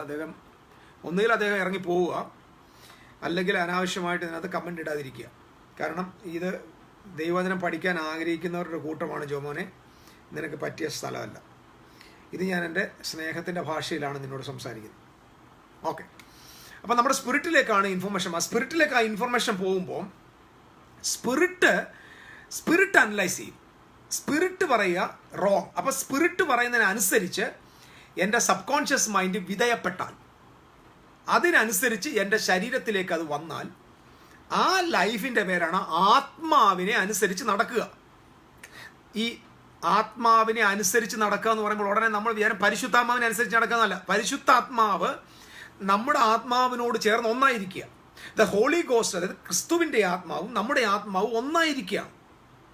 ക്രിസ്തുവിൻ്റെ ആത്മാവും നമ്മുടെ ആത്മാവും ഒന്നായിരിക്കുകയാണ്. ഈ ഒന്നായിട്ടിരിക്കുന്ന ആത്മാവ്, ആ ആത്മാവ് ഒരിക്കലും, അതായത് ഇത് മനസ്സിലാക്കാതെ, Holy Spirit will never control anybody. ഇതൊക്കെ വളരെ ഇമ്പോർട്ടൻ്റ് ആയിട്ട് നിങ്ങൾ നോട്ട് ചെയ്യേണ്ട പോയിന്റാണ്. പരിശുദ്ധാത്മാവ് ആരെയും കൺട്രോൾ ചെയ്യത്തില്ല. 2, പരിശുദ്ധാത്മാവ് എപ്പോഴും നമ്മളെ ഗൈഡ് ചെയ്യത്തേ ഉള്ളൂ. It's always guiding us. പരിശുദ്ധാത്മാവ് നമ്മളെ ഗൈഡ് ചെയ്യും, ഒരു കൺട്രോൾ നടത്തില്ല. ഹോളി സ്പിരിറ്റ് കൺട്രോളേ ചെയ്യത്തില്ല. ഇത് നിങ്ങൾ മനസ്സിലാക്കണം. അപ്പം ചില പറഞ്ഞില്ല പരിശുദ്ധാത്മാവ് തടുക്കുന്നവൻ. അങ്ങനെ പരിശുദ്ധാത്മാവ് ആരെ തടുക്കത്തുമില്ല. പരിശുദ്ധാത്മാവ് ആരെയും പ്രൊട്ടസ്റ്റ് ചെയ്യത്തില്ല. പരിശുദ്ധാത്മാവ് ആരെയും ബലാത്കാരേണ അത് നിർബന്ധിക്കത്തില്ല. ഇതൊക്കെ ഹോളി സ്പിരിറ്റിൻ്റെ പ്രത്യേകതകളാണ്. പരിശുദ്ധാത്മാവ് തട്ടി ഉണർത്തത്തില്ല. ഞാൻ രാവിലെ എന്നെ പരിശുദ്ധാത്മാവ് തട്ടി ഉണർത്തത്തില്ല. നിന്നെ നല്ലപോലെ ഉറക്കത്തേ ഉള്ളൂ. നിന്നെ തട്ടി ഉണർത്തുന്നത് നിന്റെ സബ് കോൺഷ്യസ് ആണ്. നിങ്ങൾ മനസ്സിലാക്കണം. Holy Spirit is a gentle person ആണ്. പരിശുദ്ധാത്മാവിനോട് അങ്ങോട്ട് ചോദിക്കാതെ ഇങ്ങോട്ടൊന്നും പറയത്തില്ല. പിന്നെ പരിശുദ്ധാത്മാവ് സ്വതവേ ഒന്നും പറയത്തില്ല. പരിശുദ്ധാത്മാവ് ക്രിസ്തുവിൽ നിന്ന് എടുത്ത് നമുക്ക് തരത്തേ ഉള്ളൂ. ഇതൊക്കെ വചനം നിങ്ങൾ പഠിക്കും മനസ്സിലാവും. ക്രിസ്തുവിൽ നിന്ന് എടുത്ത് നമുക്ക് തരികയാണ്. അല്ലാതെ പുള്ളി പ്രത്യേകിച്ചൊരു ഉപദേശമൊന്നും കൊണ്ടുവരത്തില്ല. പരിശുദ്ധാത്മാവ് എപ്പോഴും രണ്ടാമത് ക്രിസ്തുവിൽ നിന്ന് എടുത്തു തരും. 2, നമ്മുടെ ഉള്ളിൽ നമ്മുടെ മെമ്മറിയിലുള്ളത്, നമ്മുടെ മൈൻഡിലുള്ളത്, അല്ലെങ്കിൽ നമ്മുടെ കോൺഷ്യസിലുള്ളത് അത് നമ്മളെ ഓർമ്മപ്പെടുത്തും. മനസ്സിലാവുന്നുണ്ടോ? ഓർമ്മപ്പെടുത്തും. പരിശുദ്ധാത്മാവ് ഓർമ്മപ്പെടുത്തും, പരിശുദ്ധാത്മാവ് ഗൈഡ് ചെയ്യും. ഒരിക്കലും പരിശുദ്ധാത്മാവ് നമ്മളെ പുഷ് ചെയ്ത് കൺട്രോൾ ചെയ്തില്ല. നീ അത് ചെയ്യരുത്, അങ്ങനെ ഇല്ല. തൃത്വത്തിൽ അങ്ങനെ ഒന്ന് ഇല്ല. തൃത്വത്തിൻ്റെ റിലേഷൻഷിപ്പ് ഒരിക്കലും കമ്പൽഷൻ അല്ല. ഒരിക്കലും അതിനകത്ത് പുത്രനെ പിതാവ് കമ്പൽ ചെയ്യുന്നു, പിതാവിനെ പരിശുദ്ധാത്മാവ് കമ്പൽ, ഇങ്ങനെ അങ്ങനെ ഒരു കമ്പലിങ് അതിനകത്ത് മുഴുവൻ ഒരു റിതമിക് ഫ്ലോ ആണ്. ഇപ്പൊ ട്രിനിറ്റിക്കകത്ത് റിതമിക് ഫ്ലോ തന്നെയാണ് ഹ്യൂമാനിറ്റിയുടെ ബന്ധത്തിൽ വന്നിരിക്കുന്നത്. So Holy Spirit will never come and compel anybody. ഒരു പാപം ചെയ്യാൻ പോകുമ്പോൾ പരിശുദ്ധാത്മാവ് നീ ചെയ്യരുതെന്നൊന്നും പറയൂല. ഇത് നിങ്ങൾ ശ്രദ്ധിക്കണം. പരിശുദ്ധാത്മാവ്, നീ ഇപ്പം ഒരു ദൈവദാസൻ പാസ്റ്ററാണ്, അദ്ദേഹം കഞ്ചാവ് വലിക്കാൻ പോയ, ദൈവം പറയാ വലിക്കരുത്, പരിശുദ്ധാത്മാവ് പറയത്തില്ല. അപ്പോൾ പരിശുദ്ധാത്മാവ് ഒന്നും പറഞ്ഞിട്ടില്ല, പരിശുദ്ധാത്മാവ് പറയത്തില്ല, പരിശുദ്ധാത്മാവ് അങ്ങനെ ചെയ്യത്തില്ല. പരിശുദ്ധാത്മാവിൻ്റെ ജോലി പാപം, നീ ചെയ്യുന്ന തെറ്റുകളെ ഇങ്ങനെ ചൂണ്ടിക്കാണിക്കുന്ന, ഇതൊക്കെ നമ്മുടെ ആളുകൾ ഉണ്ടാക്കി വെച്ച ക്രിയേഷനാണ്. നമുക്ക് തൃത്വത്തെക്കുറിച്ച് അറിയാം, നമ്മുടെ ദൈവത്തെക്കുറിച്ച് അറിയാത്തതിൻ്റെ കുഴപ്പമാണ് ഇതൊക്കെ. അപ്പോൾ ഹോളി സ്പിരിറ്റ് വിൽ നെവർ ഒരിക്കൽ പോലും never control any person in the world. He will only guide show ചെയ്ത് കാണിക്കും. This is the show. So അതാണ് പരിശുദ്ധാത്മാവ്. അപ്പം നമ്മുടെ ആത്മാവും പരിശുദ്ധാത്മാവും കൂടെ ചേർന്ന് നമ്മുടെ ഉള്ളിലിരിക്കുക. ഹോളി സ്പിരിറ്റും നമ്മുടെ ആത്മാവും കൂടെ ഏകാത്മാവാണ്.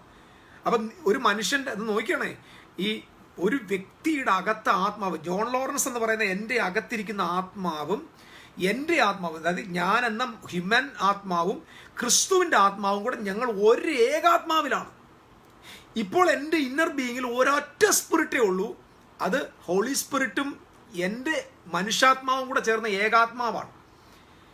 ഒരിക്കലും സ്പ്ലിറ്റ് ചെയ്യാൻ പറ്റില്ല, ഒരിക്കലും. അതുകൊണ്ടാണ് പരിശുദ്ധാത്മാവ് ഏകാത്മാവിലിരിക്കുന്നത് കൊണ്ടാണ് ഇതിനെ സ്പ്ലിറ്റ് ചെയ്യാൻ ലോകത്തിൽ ഒരു പാപത്തിന് പറ്റില്ല. ഇതറിയാമോ?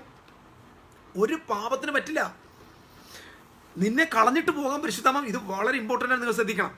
നിങ്ങളെ കളഞ്ഞിട്ട് പോകാൻ പരിശുദ്ധാത്മാവ് പറ്റില്ല. പരിശുദ്ധാത്മാവ് ഇടയ്ക്ക് ഇറങ്ങി അങ്ങ് പോയി മാറത്തില്ല. നിങ്ങൾ ഒരു പ്രാവശ്യം പരിശുദ്ധാത്മാവ് ഒരാളുടെ ഉള്ളിൽ വന്നാൽ ആ ആളുമായിട്ടങ്ങ് മുദ്രയാണ്, അത് സീൽഡാണ്, ആ റിലേഷൻഷിപ്പ് സീൽഡാണ്. അതുകൊണ്ടാണ് പരിശുദ്ധാത്മാവെന്ന ആദ്യ അച്ചാരം കൊണ്ട് നമുക്ക് മുദ്ര ഇട്ടിരിക്കുക. We are sealed by the Holy Spirit. നിങ്ങളിപ്പോൾ ഒരാളെ കൊന്നു, ആ കൊന്നാൽ പോലും പരിശുദ്ധാത്മാവ് നിങ്ങളെ വിട്ട് പോകത്തില്ല. ഇത് ശ്രദ്ധിക്കണം. പരിശുദ്ധാത്മാവിന് പോകാൻ പറ്റില്ല. അതുകൊണ്ടാണ് അപ്പോസ്തലൻ കൊരിന്ത്യ സഭയ്ക്ക് ലേഖനം എഴുതുന്നത് പറഞ്ഞത്, പരിശുദ്ധാത്മാവ് അദ്ദേഹം പറഞ്ഞിങ്ങനെയാണ്, നിങ്ങൾ ഈ മ്ലേച്ഛതകളെ വിട്ടോടുവിൻ, യൗവന മോഹങ്ങളെ വിട്ടോടുവിൻ, ദുർനടപ്പ് വിട്ടോടുവിൻ. എന്തിനാ പറഞ്ഞത്? നിങ്ങളുടെ ആത്മാവും ദൈവത്തിൻ്റെ ആത്മാവും ഒന്നാണ്. നിങ്ങൾ ദുർനടപ്പിൽ പോയാൽ ദൈവാത്മാവിന് നിങ്ങളെന്ന് ഇറങ്ങി പോകാൻ പറ്റില്ല. When you are committing adultery, you are committing adultery with the Holy Spirit. കൂടെ ചേർത്തോണ്ടാണ് നീ ആ അഡൾട്ടറിയിലേക്ക് പോകുന്നത്. That's why the Bible says you flee. The Holy Spirit will never flee. പരിശുദ്ധാത്മാവ് ഇറങ്ങി ഓടത്തില്ല. അതുകൊണ്ട് നിന്നോട് ഓടാൻ പറഞ്ഞേക്കുക. നിങ്ങൾക്ക് മനസ്സിലാവുന്നുണ്ടോ ഞാൻ പറയുന്നത്? അപ്പം നിങ്ങളും ഞാനും ഒരു തെറ്റ് ചെയ്യുമ്പോൾ ആ തെറ്റിൻ്റെ പാർട്ടിസിപ്പേഷൻ, അതിൻ്റെ കൂട്ടത്തിൽ ആരും കൂടെ ഇരിക്കുക. പരിശുദ്ധാത്മാവിനെയും കൂടെ വെച്ചോണ്ടാണ് നമ്മൾ പോഷ്ക്ക് പറയുന്നത്. പരിശുദ്ധാത്മാവിനെയും കൂടെ വെച്ചോണ്ടാണ് നമ്മൾ ആക്ഷേപങ്ങൾ പറയുന്നത്. പരിശുദ്ധാത്മാവിനെയും വെച്ചോണ്ടാണ് നമ്മൾ കുറ്റങ്ങൾ ആരോപിക്കുന്നത്. പരിശുദ്ധാത്മാവിനെ വെച്ചോണ്ടാണ് ദുർനടപ്പിലേക്ക് പോകുന്നത്. പരിശുദ്ധാത്മാവിനെ വെച്ചോണ്ടാണ് പോണോസൈറ്റ് കാണുന്നത്. പരിശുദ്ധാത്മാവിനെ വെച്ചോണ്ടാണ് ആഭാസത്തിൻ്റെ പുറകിൽ നമ്മൾ പോകുന്നത്. അല്ലെങ്കിൽ ഇതങ്ങോട്ട് വരുമ്പോൾ പരിശുദ്ധാത്മാവ് ഇറങ്ങി അങ്ങ് പോവായിരുന്നെങ്കിൽ ഓക്കെ, നോ പ്രോബ്ലം. പിന്നെ പരിശുദ്ധാത്മാവ് സമാധാനം പിന്നെ വന്നാൽ മതിയല്ലോ. That's why the Holy Spirit. നീ ഓട്, നീയാണ് ഓടേണ്ടത്. ദൈവം ഓടത്തില്ല. ദൈവത്തിന് ഈ കാര്യങ്ങൾ ഓടുന്നത്, നിന്നെ വിട്ട് പോകാൻ പറ്റില്ല. So your spirit and the spirit of the holy God is one. So ഈ ആത്മാവ് നിന്റെ ഹൃദയത്തിൻ്റെ ഇതാണ്, നിന്റെ ഹൃദയത്തിൻ്റെ ഡേറ്റ അനുസരിച്ച് നിന്റെ ശരീരത്തെ നടത്തുവാനായിട്ട് തുടങ്ങും. അങ്ങനെ നിങ്ങൾ ആത്മാവിനെ അനുസരിച്ച് നടക്കുന്നു എങ്കിൽ നിങ്ങൾ ജഡത്തിന്റെ ഇഷ്ടം നിവർത്തിക്കത്തില്ല. വായിച്ചിട്ടില്ലേ? ആത്മാവിനെ അനുസരിച്ച് നടക്കുന്നവൻ. ഏതാണ് ആത്മാവ്? നിങ്ങളുടെയും എന്റെയും ഉള്ളിൽ ദൈവം തന്നിരിക്കുന്ന ആ ആത്മാവ് നിങ്ങളുടെ പുതുഹൃദയത്തിനകത്ത് പുതു ഡേറ്റ അനുസരിച്ച് നിങ്ങളുടെ ശരീരത്തെ നടത്തുകയാണെന്ന് പറഞ്ഞാൽ, ഇപ്പോൾ ശരീരത്തെ നടത്തുന്നത് കോൺഷ്യസ് അല്ല. കോൺഷ്യസ്നെസ് എപ്പോഴും നല്ലതും തീയതുമാണ്.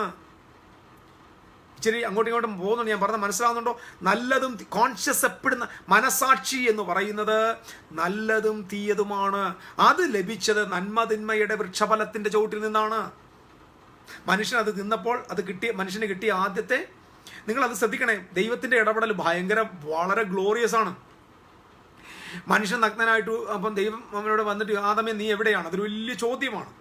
ആ ചോദ്യം വാസ്തവത്തിൽ വെറും ഒരു ചോദ്യമല്ല, അതിൻ്റെ യഥാർത്ഥ പഠനം, യഥാർത്ഥ എബ്രായ ഭാഷ നമ്മൾ പഠിച്ചാൽ നമ്മൾ വാവിട്ട് കരയും. അതായത് ഒരു കുഞ്ഞിനെ നഷ്ടപ്പെട്ടത് യഥാർത്ഥം ഇങ്ങനെയാണ്. ഒരു കുഞ്ഞിനെ നഷ്ടപ്പെട്ട അമ്മ അലമുറയിട്ട് അലഞ്ഞോടി നടക്കുന്നത് പോലെ സർവശക്തനായ ദൈവം തോട്ടത്തിൽ നടക്കുന്ന ഒച്ച കേട്ടെന്ന. അല്ലാതെ ദൈവം ഇങ്ങനെ സ്യൂട്ടും കോട്ടും ഇട്ടുകൊണ്ട് വരുന്ന കാലൊച്ച കേട്ടെന്നല്ല. സ്വന്തം മകനെ നഷ്ടപ്പെട്ട ഒരമ്മ, അപ്പം ഒരു കുഞ്ഞിനെ റോഡിൽ വെച്ച് അങ്ങ് കാണാതെ പോകുക, അല്ലെങ്കിൽ ഷോപ്പിംഗ് മാളിൽ വെച്ച് കാണാതെ പോവുക. ആ അമ്മ എങ്ങനെ എവിടെ പോകുന്നത്? ആ അമ്മ സ്റ്റൈലായിട്ടാണ് നടക്കുന്നത്.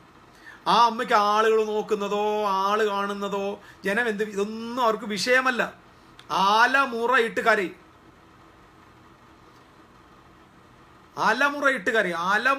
കരഞ്ഞ് സ്ഥലകാല ബോധമില്ലാതെ എൻ്റെ മോനെ എവിടാ എന്ന് പറഞ്ഞുകൊണ്ട് അലമുറയിട്ട് പോകുന്നു. ഇതാണ് നമ്മൾ വേദോസത്തിൽ കാണുന്നത്. ദൈവം യഹോവയുടെ നടക്കുന്ന കാലൊച്ച കേട്ടു എന്നത്. ആദമേ നീ എവിടെയാണെന്നുള്ള വിളിയും ദൈവത്തിന്റെ കാലൊച്ചയുടെ അർത്ഥം ഒറിജിനൽ മലയാളം വായിച്ചാൽ മനസ്സിലാവത്തില്ല. അതിന്റെ ഒറിജിനൽ എബ്രായ പച്ച. ഞാൻ ഈ പറയുന്നതൊക്കെ വെറുതെ ചുമ്മാ വന്നിരുന്നിങ്ങനെ നാട്ടുഭാഷ പറഞ്ഞ തള്ളുവൊന്നുമല്ല. ഒരു കാര്യവും ഞാൻ തള്ളാൻ പറയത്തില്ല, എനിക്ക് എൻ്റെ ആവശ്യമില്ല. കൃത്യമായ എബ്രായ പഠനത്തിന്റെ ബേസിലാണ് പറയുന്നത്. ഞാനൊരു എബ്രായ പഠിതാവൊന്നുമല്ല, വലിയ സ്കോളറും അല്ല. ഞാൻ തിരുവെഴുത്തുകളുടെ വചനം പഠിക്കാറുണ്ട്. അതായത് വചനത്തിനകത്ത് വേർഡ് സ്റ്റഡി, അത് എനിക്ക് ഏറ്റവും പ്രധാനപ്പെട്ടത്. ആ വേർഡ് സ്റ്റഡിയിൽ വളരെ ഒറിജിനൽ ഹീബ്രു പഠിപ്പിക്കുന്നതാണ് ഞാൻ പറയുന്നത്. യഹോവ നിലവിളിക്കുക. അപ്പം നീ എവിടെയാണ് എന്ന് പറഞ്ഞപ്പോൾ നമ്മളല്ലാതെ ആദമേ നീ എവിടെയാണ് നമ്മുടെ നാട്ടു എവിടെയാണ് അങ്ങനല്ല. അലമുറയിട്ട് വേറെ അറിയൂ. നിന്നെ സ്വന്തം മക്കളെ നഷ്ടപ്പെട്ട അമ്മയുടെ കരച്ചില.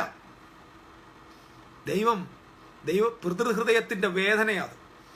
അത് കഴിഞ്ഞിട്ട് ഇങ്ങോട്ട് വരുമ്പോഴാണ് കാണുന്നത്, മനുഷ്യനോട് ചോദിക്കുക, ഞങ്ങൾ നഗ്നരാഗ കൊണ്ട് ഒളിച്ചു എന്ന് പറയുമ്പോൾ അപ്പൊ ദൈവം ചോദിക്കുക,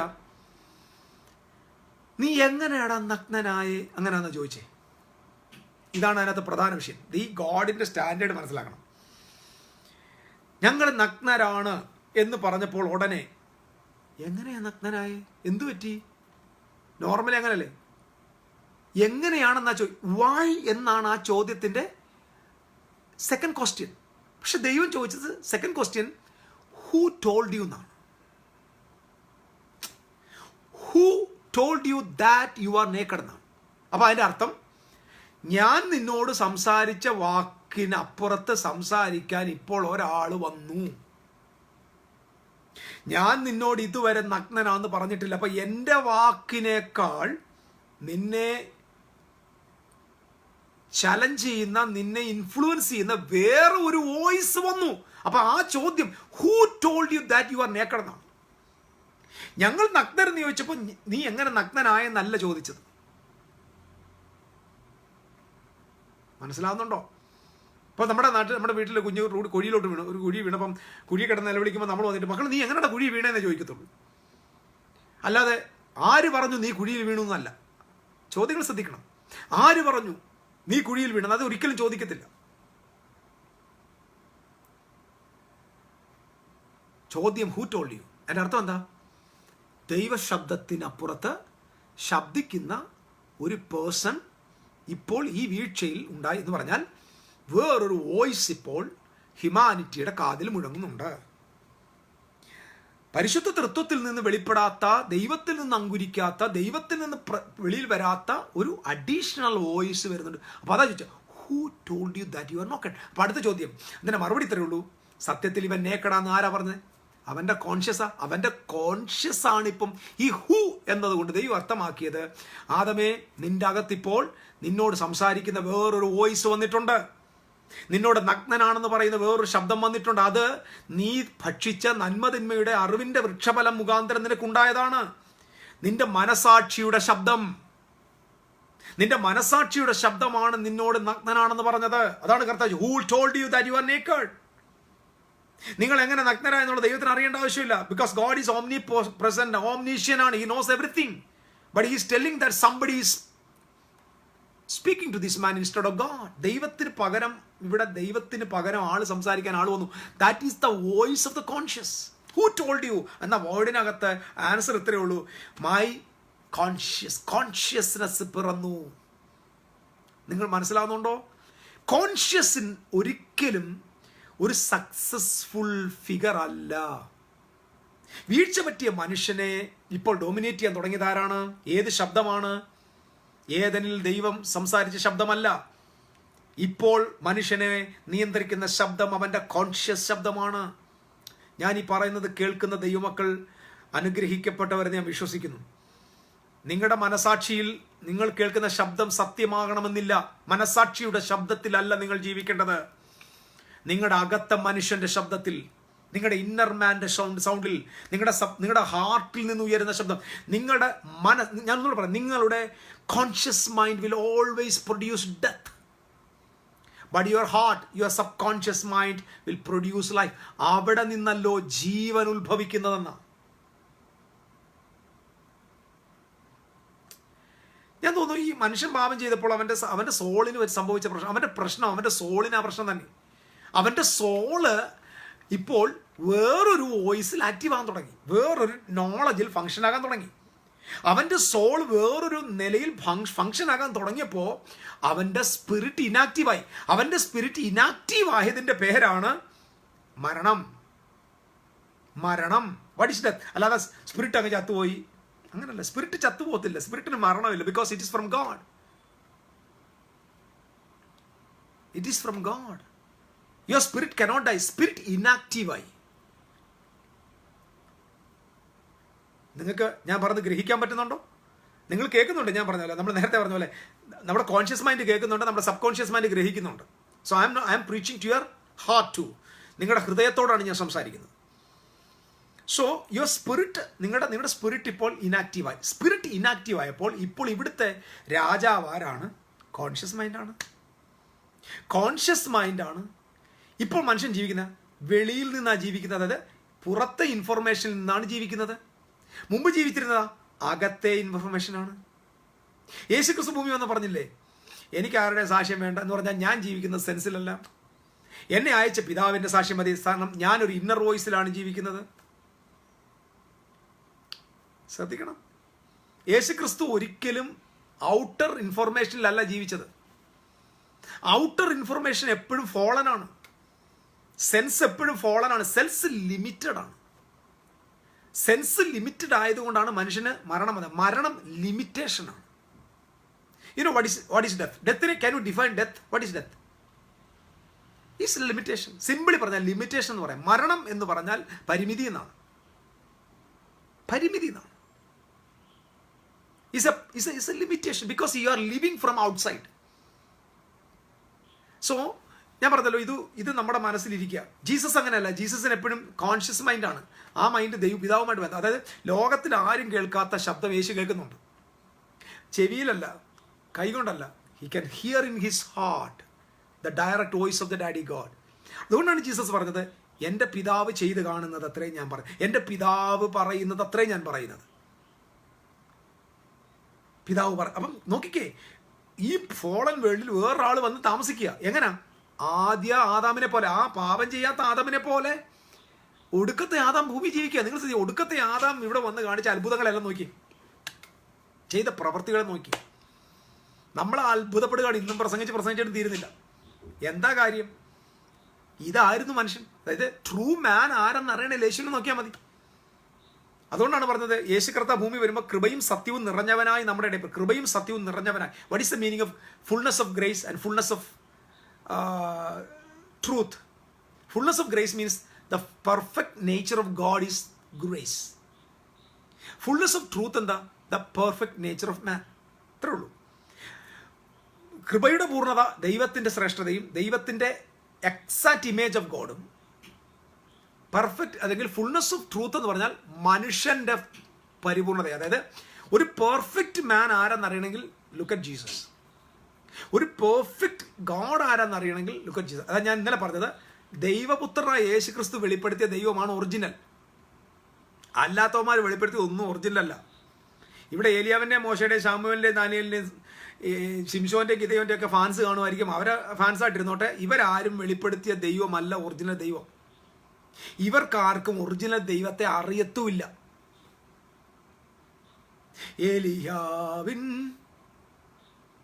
ഏലിയാവിൻ്റെ ദൈവം, അങ്ങനെ പാട്ടൊക്കെ ഉണ്ടല്ലോ. മോശയുടെ ദൈവം, ഏലിയാവിൻ്റെ ദൈവം, ഹന്നയുടെ ദൈവം. എൻ്റെ പൊന്നു സഹോദരാ, അവർക്കൊക്കെ ദൈവത്തെക്കുറിച്ച് എന്തെങ്കിലും അറിയാമോ? ഇതിപ്പം ഞാനിത് പറയുമ്പോൾ ഉടനെ കഴിഞ്ഞ ദിവസം ഇതുപോലെ പ്രസംഗിച്ച ഒരാൾ ഇതിൻ്റെ കമന്റ് ചെയ്ത്, മോശയെ തെറി പറഞ്ഞവനല്ലേ മോശയെ തെറി. അപ്പം മോശയെ പറഞ്ഞപ്പോൾ എന്തു വേദന എന്നറിയാമോ? യേശുക്രിസ്തുവിനെ തെറി പറയുന്നതിനൊന്നും ആർക്കും ചോദിക്കാനില്ല. ഞാൻ പോട്ടെ. അപ്പം ഞാൻ പറഞ്ഞത്, മോശ വെളിപ്പെടുത്തിയ ദൈവം, ഏലിയാവ് വെളിപ്പെടുത്തിയ ദൈവം, ഏലീശ വെളിപ്പെടുത്തിയ ദൈവം, ഇവ പഴയ നിയമത്തിൽ ആളുകൾ വെളിപ്പെടുത്തിയ ദൈവം ഒറിജിനൽ ദൈവമല്ല. അല്ല. നിങ്ങൾ ഏലിയാവിൻ്റെ ദൈവത്തെയും മോശയുടെ ദൈവത്തെയും കൊണ്ടാണ് ഇനി ഇന്ത്യയിൽ പ്രസംഗിക്കുന്നെങ്കിൽ നല്ല പോലെ നിങ്ങൾ തല്ലു വാങ്ങിച്ച് കിട്ടും. 100% ആയ മോശയുടെ ദൈവം വളരെ ക്രൂരനായിട്ട് വെളിപ്പെട്ട് നിൽക്കുന്ന ഒരാളെ അവിടെ കാണുന്നത്. അല്ലെങ്കിൽ മോശ ചിത്രീകരിച്ച ദൈവസങ്കല്പം വളരെ വികലമാണ്, വളരെ വികലമായിട്ടാണ്. സ്ത്രീകളെ തല്ലിക്കൊല്ലുന്ന, മക്കളെ കൊല്ലുന്ന, മൃഗങ്ങളെ കൊല്ലുന്ന, കല്ലെറിഞ്ഞു കൊല്ലുന്ന, കീറിക്കളയുന്ന ഒരു ദൈവം. ഈ ദൈവം എൻ്റെ ദൈവം. നിനക്ക് എങ്ങനെ പാടാൻ പറ്റുന്നത്? ഈ ദൈവമൊന്നും എൻ്റെ ദൈവമൊന്നുമല്ല. എൻ്റെ ദൈവം യേശുക്രിസ്തു വെളിപ്പെടുത്തിയ ദൈവം. യേശുക്രിസ്തു വെളിപ്പെടുത്തിയ ദൈവത്തെക്കുറിച്ചുള്ള വെളിപ്പാടാണ്. ആ ഗോഡിനെയാണ് ഞാൻ വെളിപ്പെടുത്തുന്നത്. അല്ലെങ്കിൽ ക്രൈസ്റ്റാണ് ഫാദർ ഗോഡിനെ വെളിപ്പെടുത്തിയത്. എലിയാവ് വെളിപ്പെടുത്തിയ ദൈവം എനിക്ക് ആ ആളുമായിട്ട് ബന്ധമില്ല. ഞാൻ തുറന്നായി പറയുന്നത്, എനിക്ക് ബന്ധമുള്ളത് എൻ്റെ കർത്താവ് വെളിപ്പെടുത്തിയ ദൈവത്തെയാണ്. എൻ്റെ കർത്താവ് വെളിപ്പെടുത്തിയ ദൈവമല്ല. ദൈവങ്ങൾക്ക് വ്യത്യാസമില്ല, വ്യത്യാസം മനുഷ്യർക്കാകട്ടോ. ഞാൻ അതിലേക്ക് വരാം. യഹോവ ഒരാളെയും കൊന്നിട്ടില്ല. ഇത് ഞാൻ ഒന്നുകൂടെ പറയാം. ദൈവം ആരെയും കൊന്നിട്ടില്ല, ദൈവം ആരെയും വെട്ടിയിട്ടില്ല, ദൈവം ആരെയും നശിപ്പിച്ചിട്ടില്ല. ഈ നശിപ്പിച്ചതെല്ലാം മനുഷ്യന്മാരാണ്. ഞാനൊരു ഉദാഹരണം പറയാം. സോദോം ഗോമോറ നശിച്ചു. യഹോവ ആകാശത്ത് നിന്ന് തീയിറക്കി, തീയും ഗന്ധവും ഇറക്കിയെന്ന്. അപ്പം നിങ്ങൾ ആലോചിച്ച് നോക്ക്, സ്വർഗത്തിൽ ഇങ്ങനെ തീയും ഗന്ധവും സൂക്ഷിച്ച് വെച്ചേക്കുവാന്നോ ദൈവം? അല്ല, എനിക്കും മനസ്സിലാകാതെ അല്ല, ഈ ബൈബിളിനെ നമ്മൾ അതുപോലെ വിഴുങ്ങണമെന്ന് വേദോസം ഒന്നും പറഞ്ഞിട്ടില്ല കേട്ടോ. ബൈബിളിൻ്റെ അടിമയല്ല ഞാൻ. നിങ്ങളാരും ബൈബിളിൻ്റെ അടിമയാകരുത്. നിങ്ങൾ കർത്താവിൻ്റെ അടിമയായിക്കോണം. നിങ്ങൾ ബൈബിളിൻ്റെ അടിമയായിട്ട് ഒത്തിരി ക്രിസ്ത്യാനി ജീവിക്കുന്നത്. ബൈബിളിൻ്റെ അടിമ. I am not a slave of the Bible. I am a son of the Almighty God. I will approach the Bible as Jesus approached the Bible. I have the right. അപ്പം സോദോം ഗോമോറയിൽ നമ്മൾ ശ്രദ്ധിക്കാം. സോദോമിലും ഗോമോറയിലും തീ ഇറങ്ങി. എവിടുന്നാണ് ഇത് വന്നേ?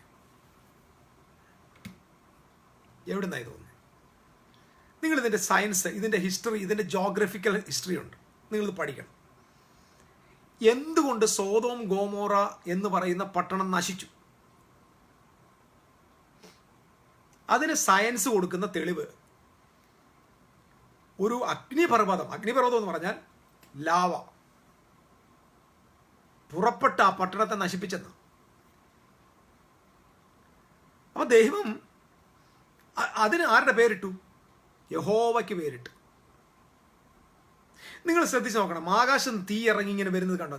ഇത് ഉയരത്തിൽ നിന്ന്, വലിയ കൊടുമുടിയുടെ മുകളിൽ നിന്ന് ഈ ലാവ ഒഴുകി അല്ലെങ്കിൽ ആ ഭാഗത്ത് അങ്ങനെ ഒരു ടെൻഡൻസി ഉണ്ടായിരുന്നതാണ്. ഇപ്പം നിങ്ങൾ ഇപ്പം ഗൂഗിളിൽ ഇതെല്ലാം ഉണ്ട്, ഇപ്പോൾ അവൈലബിൾ ആണ്, നോക്കിയാൽ. അല്ലാതെ ദൈവം ഇങ്ങനെ സ്വർഗത്തിൽ നിന്ന് കുറച്ച് തീയും ഗന്ധകവും ഒക്കെ ഇങ്ങനെ വെച്ചുകൊണ്ടിരിക്കുക ഇപ്പം. അതുകൊണ്ടാണ് ഞാൻ ചോദിച്ചോട്ടെ, ദൈവത്തിന് ഇത്രയും ധൃതിയാണോ? അപ്പം ഈ ഒരു ഉദാഹരണം പറയാം. ഈ ലോത്തിനോട് പറയുന്നുണ്ട്, ലോത്തെ നീ ഓടിക്കൂ, നീ പെട്ടെന്ന് പോയിക്കോണം, അല്ലേ എനിക്കിപ്പോൾ ഇങ്ങനെ ഇഷ്ടപ്പെട്ടിരിക്കുക, ഇങ്ങനെ പിരിപിരാന്ന് വരികയാണ്, ഇപ്പം ഞാൻ താഴ്ത്തിടും, നീ ഒന്ന് ഓട്, പ്ലീസ് ഓട്. അങ്ങനെയാണോ? അല്ല, ലോത്തൊന്ന് പോകുന്നവരെ കർത്താവിന് ഇങ്ങനെ പിടിച്ചു നിന്നൂടെ? അങ്ങനെ മര്യാദയ്ക്ക് ദൈവം ഒന്ന് എന്തായാലും സ്വർഗത്തിന് തീയിറക്കുകയാണ്. ആ തീയിറക്കുന്ന ദൈവം കുറച്ച് നേരം ഒന്ന് വെയിറ്റ് ചെയ്യുക, ഒരു ദിവസം കഴിഞ്ഞിട്ട് ഇറക്കാം, വന്ന് പോട്ടെ, മനസമാധാനത്തോടെ അങ്ങ് എത്തട്ടെ. ആ പോയിരുന്നെങ്കിൽ അവൻ്റെ പെണ്ണുമ്പിളെ ചത്തു പോകത്തില്ലായിരുന്നു, ആ പെണ്ണുങ്ങളുടെ എണ്ണം പഴച്ചു പോകത്തുമില്ലായിരുന്നു. ഇത് പേടിച്ച് വിറച്ച് എന്തുകൊണ്ടാണ് സംഭവം? യഹോവയാണ് ഇങ്ങനെ കയ്യിൽ ഗന്ധകം വെച്ചുകൊണ്ടിരിക്കുകയായിരുന്നെങ്കിൽ യഹോവയ്ക്ക് ഇച്ചിരി ഒരു ദിവസം കൊണ്ടൊന്ന് ക്ഷമിച്ചൂടെ? ഞാൻ മഹാദയുള്ള ദൈവം എന്നല്ലേ, എന്താ ക്ഷമിക്കാൻ? ഇത് സംഭവം ഇതല്ല, ഇതൊരു നാച്ചുറൽ കലാമിറ്റിയാണ്. അപ്പോൾ സോദോമിൻ്റെയും ഗോമോറയുടെയും മേൽ വീണത് വലിയ മാരകമായ നാച്ചുറലി സംഭവിച്ചതാണ്. അതായത് അവിടെ വീണ് കിടക്കുന്ന ഈ ഗന്ധകത്തിൻ്റെ പരിശോധന നടത്തി നോക്കുക, അത് ഭൂമി മറ്റു സ്ഥലത്തുള്ളതാണ്, അല്ലാതെ അതിന് സ്വർഗത്തിൻ്റെ ഒരു DNA ഒന്നുമില്ല. ഓക്കെ, ഇത് പ്രശ്നം എന്താ? ഇതൊക്കെ ഇടുമ്പോൾ ആരെയാണ് കൊണ്ടുവന്ന് ഇടുന്നത്? ആരെ അതിൻ്റെ പ്രതിക്കൂട്ടി നിർത്തിയേക്കുന്നേ? യഹോവ, സർവശക്തനായ സ്നേഹനിധിയായ എൻ്റെ പപ്പയെ കൊണ്ടുവന്ന് ഈ മാതിരി സകല കലാമിറ്റിയുടെയും ഓദറാക്കി മാറ്റി പഴയ നിയമം. അത് അവരുടെ കുഴപ്പമല്ല, അതാണ് അന്നത്തെ കാലത്ത് ഒരു സിസ്റ്റം. നിങ്ങളിത് മനസ്സിലാക്കണം. ഈ ഗിൽഗമേഷ് എന്ന് പറയുന്നൊരു പുസ്തകമുണ്ട്. ഗിൽഗമേഷ് എന്ന് പറയുന്നത് മെസപ്പൊത്തോമിയൻ സംസ്കാരത്തെക്കുറിച്ച് എഴുതുന്നത്. ആ മെസപ്പൊത്തോമിയൻ സംസ്കാരത്തിൻ്റെ ഛായ ആ എഴുതിയേക്കുന്ന ഒരു രീതിയാണ് മോസസ് തൻ്റെ ഈ പഞ്ചഗ്രന്ഥങ്ങൾ എഴുതാൻ ഉപയോഗിച്ചേക്കുന്നത്. കാരണം ലോകത്തെ എല്ലാ മതഗ്രന്ഥങ്ങളും ദൈവത്തെ ഉയർത്താൻ വേണ്ടി, ദൈവത്തെ പുകഴ്ത്താൻ വേണ്ടി സകല യുദ്ധത്തിൻ്റെയും ക്രെഡിറ്റ് ആരുടെ പുറത്തിടും? ദൈവത്തിന് പുറത്തിടും. ഫലസ്തീനെ തല്ലിക്കൊന്നത് മൊത്തം ഇസ്രായേലാണ്. എന്നിട്ട് പേരുദോഷം ആരുടെ മേലെ? യഹോവയെ നീ നിന്റെ ശത്രുക്കളെ നിഗ്രഹിച്ച് നീ വാഴ്ത്തപ്പെടട്ടെ എന്നായി. സീഹോനെയും ഗോഹിനെയും സംഹരിച്ച യഹോവ വാഴ്ത്തപ്പെട്ട. യഹോവയാണോ സീഹോനെയും ഗോഹിനെയും ഒക്കെ കൊന്നേ? എല്ലാം ഇസ്രായേൽ മക്കൾ ഒരു കൊല്ലുമല്ലായിരുന്നു.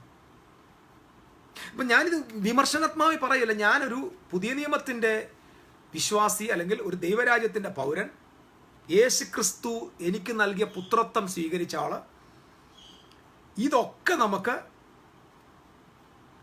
ഇത് ലോകത്തിൻ്റെ അവിടെ എന്തോ കെമിക്കൽ പ്രശ്നമാണത്. അല്ലെങ്കിൽ ഒരു സ്ത്രീ ഇങ്ങനെ ഉപ്പ് തൂണായി മാറുകേണ്ട ആവശ്യമാണ്. ഉപ്പ് അങ്ങനെ ആവുന്നത് വല്ല മൺതൂണല്ലേ മാറേണ്ടത് നമ്മൾ? പിന്നീട് ചോദിച്ചേക്കാണ്, why did Lot's wife become a statue and look back? നിശ്ചയമായിട്ടും ആ പെയ്തിറങ്ങിയ അല്ലെങ്കിൽ അവിടെ നിന്ന് ഉണ്ടായ ആ ഒരു കെമിക്കൽ ചേഞ്ചിൽ ഇവളും മാറിയതാണ്.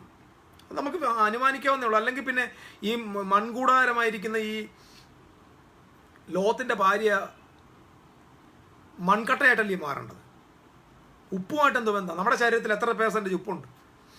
അത് ഞാൻ പറഞ്ഞല്ലോ, these all things scientifically proved. ഞാൻ ഇത് പറഞ്ഞല്ലോ, ഇത് ഞാൻ ചുമ്മാ എടുത്തുകൊണ്ട് വന്നതല്ല.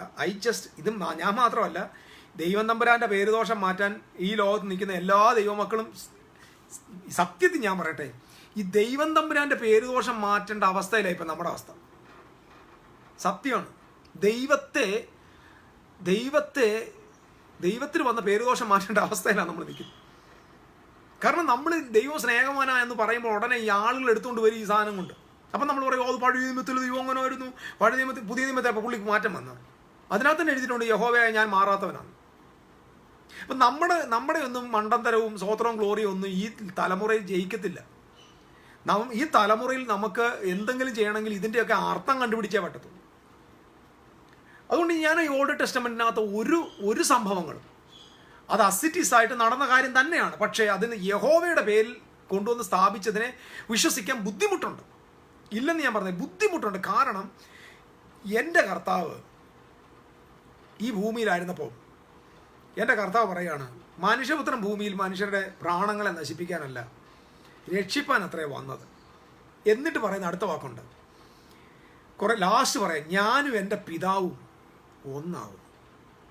ഞങ്ങൾക്ക് പിതാവിനെ ഒന്ന് കാണിച്ചു തരണേന്ന് പറഞ്ഞു. അപ്പോൾ എൻ്റെ അടുത്ത് പറഞ്ഞാൽ എന്നെ പോലെ എൻ്റെ പിതാവ് എന്ന് പറഞ്ഞാൽ ഞാനും പിതാവ് ഒന്നാന്ന് പറഞ്ഞാൽ, പിതാവാ ഞാൻ വേഷം കെട്ടി വന്നതല്ല, എന്നെ കണ്ടോ, ഇത് തന്നെ എൻ്റെ പിതാവ്. എൻ്റെ പിതാവും ആരെയും കൊല്ലുന്നവനല്ല. എൻ്റെ പിതാവിനെ പോലെ തന്നെയാണ് ഞാനും. ഇതാണ് യേശുക്രിസ്തു പഠിപ്പിച്ചത്. ഞാൻ തുറന്നു പറയാം, നമ്മളിവിടെ കിടന്ന് ഇപ്പോൾ പ്രശ്നം ഉണ്ടാക്കുന്ന എന്തോ ആ സഭയെക്കുറിച്ച് പഠിപ്പിക്കാൻ വേണ്ടി കിടന്ന് ബഹളം ഉണ്ടാക്കുക. ഞാൻ എൻ്റെ സഹോദരന്മാരോട് ഈ കാര്യങ്ങളൊക്കെ മനസ്സിലാക്കുന്ന പ്രിയപ്പെട്ടവർ, നിങ്ങൾ ദയവായിട്ട് ഈ പഴയ നിയമത്തിലെ ഈ ഗിനോസൈഡ് അല്ലെങ്കിൽ ഈ ശിശുഹത്യയും ഈ ഭയങ്കര വംശഹത്യയും ഇതിനൊരു ആൻസർ നിങ്ങളൊന്ന് കണ്ടെത്തണം. ഈ വംശഹത്യ ചെയ്യാൻ അലോ ചെയ്ത ദൈവത്തെ നിങ്ങൾ എങ്ങനെ പുതിയ നിയമത്തിൽ പ്രസന്റ് ചെയ്യും? അല്ലെങ്കിൽ നമുക്ക് 2 ദൈവം ഉണ്ടെന്ന് പറയേണ്ടി വരും. നമ്മുടെ ദൈവം ഏകനാണെന്ന് വചനം പറയുന്നു. ആ ദൈവത്തിന്റെ പുത്രനാണ് യേശുക്രിസ്തു എന്ന് ബൈബിൾ പറയുന്നു. അവിടുത്തെ പരിശുദ്ധാത്മാവ് നമ്മുടെ ആശ്വാസപ്രദനാണ് നമ്മൾ പറയുന്നു. ഈ തൃത്വത്തിൽ ഇവരുടെ 3 പേരുടെ സ്വഭാവം 3 ആണോ? നമ്മൾ കടന്ന് ഈ കത്തോലിക്കൻ ശരിയാണോ, ഓർത്തഡോക്സ് ശരിയാണോ, പെന്തിക്കോസ് ശരിയാണോ, അവന് 3 കൊമ്പുണ്ടോ ഇവന് 4 കൊമ്പുണ്ടോ എന്ന് പറഞ്ഞുകൊണ്ട് ഈ വഴക്കുണ്ടാക്കുന്നതിന് പകരം ഇതുപോലുള്ള വലിയ വലിയ പ്രശ്നങ്ങളിൽ ഒരു അർത്ഥം കണ്ടെത്തി ഈ സമൂഹത്തിന് കൊടുക്കുക. ഞാനിത് പറയാൻ കാരണം ഇതല്ല എന്നോട് വന്ന് ചോദിച്ച ചോദ്യം. നിഷ്കളങ്കമായിട്ട് ഞാനങ്ങ് പറയാം. എൻ്റെ അടുത്ത ആളുകൾ വന്ന് ചോദിച്ച ചോദ്യങ്ങളാ ഇതൊക്കെ. നമ്മൾ പറയും God is love, is agape love, is Trinity love, is so agape, unconditional love അന്നേരം പറയാം. പിന്നെന്തിനാടോ ഇവിടെ കത്തിച്ച്? ഈ അഗാപ്പെ ലവിൻ്റെ ഭാഗമാണോ? അപ്പം ഈ പുള്ളി എങ്ങനെ വിശ്വസിക്കും? ഒരാളെ നമ്മൾ ട്രസ്റ്റ് ചെയ്യുന്ന എങ്ങനെ? പുള്ളി പറയുന്ന വാക്കും പുള്ളിയുടെ നേച്ചറും പുള്ളിയുടെ ക്രിയയും ഒന്നാവണ്ടേ? പുള്ളിയുടെ സ്വഭാവവും പുള്ളിയുടെ പ്രവൃത്തിയും ഒന്നായാലല്ലേ ആ ആളിനെ വിശ്വസിക്കാൻ പറ്റൂ. സ്നേഹത്തിന്റെ ഉറവിടമായ ദൈവത്തിന്റെ നേച്ചറും സ്നേഹമെന്ന് പറഞ്ഞിട്ട് അപ്പുറത്ത് പോയി ഇവനെ തല്ലിക്കൊല്ലുന്നതാണ്. ഈ ആളിനെ എങ്ങനെ നമുക്ക് ആശ്രയിക്കാൻ പറ്റും? ഇത് വിശ്വാസത്തിന്റെ പ്രശ്നമാണ്. ഈ കണ്ണടച്ച അന്ധനെ പോലെ വിശ്വസിക്കാൻ പറ്റും നമുക്ക്. അന്ധവിശ്വാസി എന്നാ പറയുന്നത്. ബൈബിൾ ഒരിക്കലും അന്ധവിശ്വാസത്തെ പ്രോത്സാഹനം ചെയ്യുന്നില്ല. ഞാൻ ഈ പറഞ്ഞു വരുന്നതിന്റെ കാരണം, നമ്മുടെ ഹൃദയം വഷളായി പോയത്, നമ്മുടെ ഹൃദയത്തിന്റെ പഠനമാണ്. നമ്മുടെ ഹൃദയം വഷളായി പോയതിൻ്റെ ഏറ്റവും വലിയ കാരണം, ഒന്ന്, ഈ ഹൃദയം വഷളായതിൻ്റെ ഏറ്റവും വലിയ തെളിവാണ് ദൈവത്തെക്കുറിച്ചുള്ള തെറ്റായ ഇന്റർപ്രിട്ടേഷൻ. ഓൾഡ് ടെസ്റ്റമെന്റിലെ ഓരോ ഇന്റർപ്രിട്ടേഷനും വഷളായിപ്പോയ, ശത്രുതയുള്ള, പ്രതികാരദാഹിയായ മനുഷ്യ ഹൃദയങ്ങളിൽ അങ്കുരിച്ചു വന്ന ദൈവസങ്കല്പമാണ്. ഒറിജിനൽ ദൈവം അല്ല. ഒറിജിനൽ ദൈവം ആരെന്നറിയണമെങ്കിൽ പുതിയ നിയമത്തിൽ വെളിപ്പെട്ട യേശുവിനെ നോക്കണം. എബ്രായ ലേഖനം 1-ാം അധ്യായത്തിൽ ഇങ്ങനെ പറയുന്നത്, Jesus Christ is the exact image of the almighty God. സർവശക്തനായ തമ്പുരാന്റെ തന്റെ എന്തുവാ യഥാർത്ഥ എക്സാക്ട് ഇമേജ്, തത്വത്തിന്റെ മുദ്ര. He is the real image of the almighty God, Jesus Christ. Yesu Kristu വെളിപ്പെടുത്തിയ ദൈവം, ആ ദൈവത്തെ ഈ പ്രപഞ്ചത്തെ പ്രസന്റ് ചെയ്യേണ്ടത്. നിങ്ങൾ ഞാനും ഇപ്പൊ പഴയ നിയമത്തിൽ ഈ കഥകൾ എടുത്ത് ഇതുപോലെ പറഞ്ഞ ഇതേ ദൈവം തന്നെയാണ് ഈ അള്ളാഹു. ഈ പഴയ നിയമത്തിലെ ഇതേ ദൈവത്തിന്റെ ചിത്രമാണ് ഇസ്ലാം പ്രസംഗിക്കുന്ന അള്ളാഹു. കാച്ചിക്കളയടാന്ന് പറയുക, കീറിക്കളയടാന്ന് പറയുക. അവരതുകൊണ്ട് പോയി എല്ലാത്തിനും വെട്ടുക. പിന്നെ യേശുക്രിസ്തു പുതിയ നിയമത്തിൽ വന്നതുകൊണ്ട് മാത്രമാണ് ക്രിസ്ത്യാനി ആരെയും വെട്ടാൻ പോകാത്തത്. ക്രിസ്ത്യാനി ഇപ്പം വാളും കൊണ്ട് വെട്ടുന്നതിന് വരെ നാക്കുകൊണ്ട് വെട്ടുക. നമ്മളും ജിഹാദികളും നമ്മൾ തീവ്രവാദിയും ആകാത്തത് എൻ്റെ യേശുപ്പൻ ഇവിടെ ഉള്ളതുകൊണ്ടാണ്. ഈ പഴയ നിയമം നമ്മൾ താങ്ങി പിടിച്ചു നടക്കുമ്പോൾ ഇതിനകത്ത് നമ്മളൊരു ഉത്തരവാദിത്വം നമുക്കുണ്ട്. ഇതിനകത്ത് എന്താണ് സത്യമെന്ന് ജനത്തെ പഠിപ്പിക്കേണ്ട ഈ ചോദ്യങ്ങൾക്ക് നമ്മൾ എന്ത് ആൻസർ പറയും? സ്വർഗത്തിൽ നിങ്ങൾക്ക് സ്ഥിരമായിരിക്കുന്ന ഈ പഴയ നിയമ പുസ്തകമാണ് നിങ്ങൾ പറയുന്ന ഈ പഴയ നിയമ പുസ്തകം കൊണ്ട് നിങ്ങളുടെ ദൈവം തമ്പുരാനെ എങ്ങനെ തെളിയിക്കും? ദൈവം തമ്പുരാനെ കുറിച്ചുള്ള ചിന്തകൾ ഞാൻ പറഞ്ഞല്ലോ, എങ്ങനെയൊക്കെ പോകുന്നവർക്ക് ഇത് പ്രശ്നമല്ല. യഥാർത്ഥമായി ദൈവം ഉദ്ദേശിക്കുന്ന നിലയിൽ അവൻ്റെ രാജ്യത്തെ സ്ഥാപിക്കാൻ വരേണ്ട ഒരു ദൈവപദൻ, ഒരു യഥാർത്ഥ ക്രിസ്ത്യാനിയുടെ ഏറ്റവും വലിയ ഉത്തരവാദിത്വമാണ് ദൈവത്തെ സംബന്ധിച്ച ട്രൂ റെവലേഷൻ ഈ തലമുറയ്ക്ക് കൊടുക്കണം. ദൈവത്തെ സംബന്ധിച്ച ട്രൂ റെവലേഷൻ വരണമെങ്കിൽ ഹൃദയത്തിനകത്ത് നിശ്ചയമായും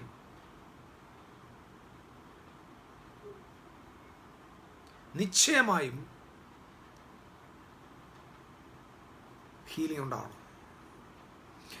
ദിസ് ഈസ് എ ജേണി. ഞാൻ പറഞ്ഞല്ലോ, ഞാൻ ഇന്നലെ അത് കണക്ട് ചെയ്തത്, the interpretation about God is always connected with the heart of മാൻ.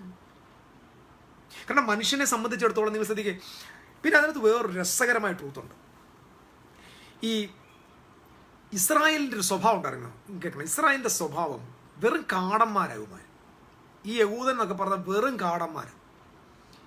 ഈ കാടന്മാർക്ക് ദൈവം കൊടുത്ത നിയമങ്ങൾ ഒരുപാടെണ്ണം ഇതിനകത്തുണ്ട്. കാട സ്വഭാവം, വെറും മൃഗസുല്യ. നിങ്ങൾ അല്ലെങ്കിൽ ലോകത്തിൽ എവിടെയെങ്കിലും ഒരു നിയമമുണ്ടോ? മൃഗത്തിൻ്റെ ഉച്ഛിഷ്ടം ഭക്ഷിക്കരുത്.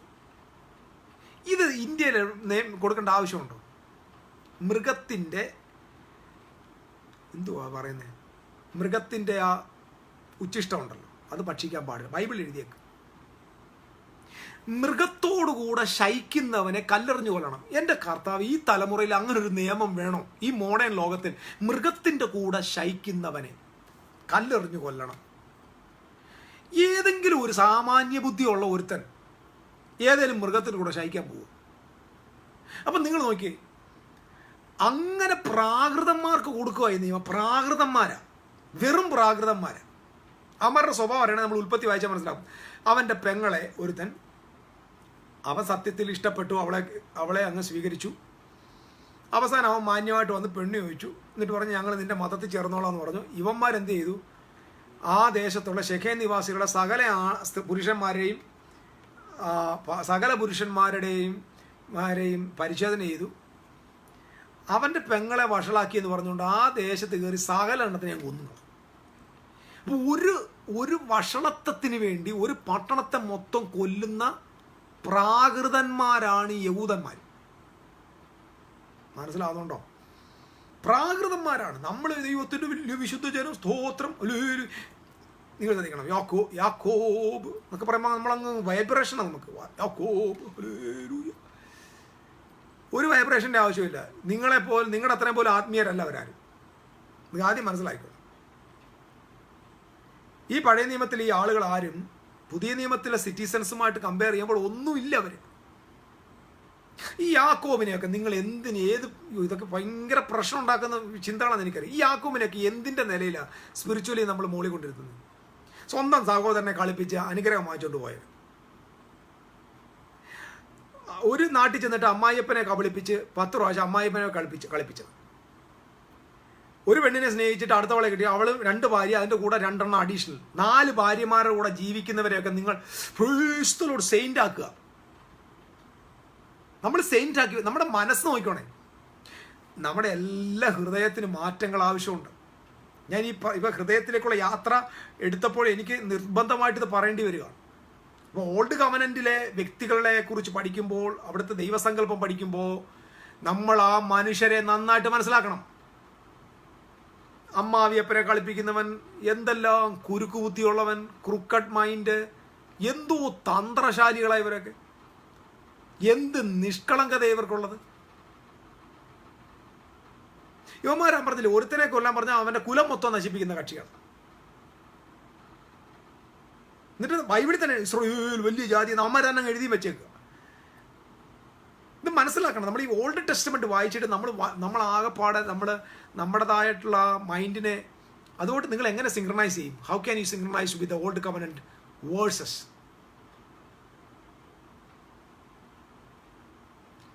മനുഷ്യരെല്ലാവരും ഇങ്ങനെ തന്നെ, സത്യമാണ്. എല്ലാവരും അങ്ങനെ, കായൻ മുതൽ അങ്ങനെയാണ്, എല്ലാവരും അങ്ങനെ. ഞാൻ പറഞ്ഞത് പ്രത്യേകിച്ച് ആ ജനത്തെ ദൈവം ആ നിയമം കൊടുത്തത്. അതുകൊണ്ടാണ് പറഞ്ഞത് ഈ കണ്ണിന് പകരം കണ്ണെന്ന് പറഞ്ഞത് എന്തിനാണ്? നമ്മൾ വിചാരിക്കും കണ്ണിന് പകരം കണ്ണ്, പല്ലിന് പകരം പല്ല്. എന്തുകൊണ്ടാണ് പറയുമ്പോൾ, നിന്റെ പല്ല ആരെല്ലാം അടിച്ചിളക്കിയ അവൻ്റെ ഒരു പല്ല ഇളക്കാവും. അത് ലിമിറ്റഡാ, ഒരു പല്ല്. കണ്ണിന് പകരം കണ്ണെന്ന് പറഞ്ഞാൽ ഒരു കണ്ണ് പൊട്ടിച്ചാൽ അവനെ നിങ്ങൾക്ക് എന്തായാലും പ്രതികാരമുണ്ട്, നിൻ്റെയൊക്കെ സ്വഭാവം എനിക്കറിയാം, പോയി അവൻ്റെ ഒരു കണ്ണേ എടുക്കാവും. പക്ഷെ ഇവന്മാരുടെ പ്രത്യേകം എന്താ?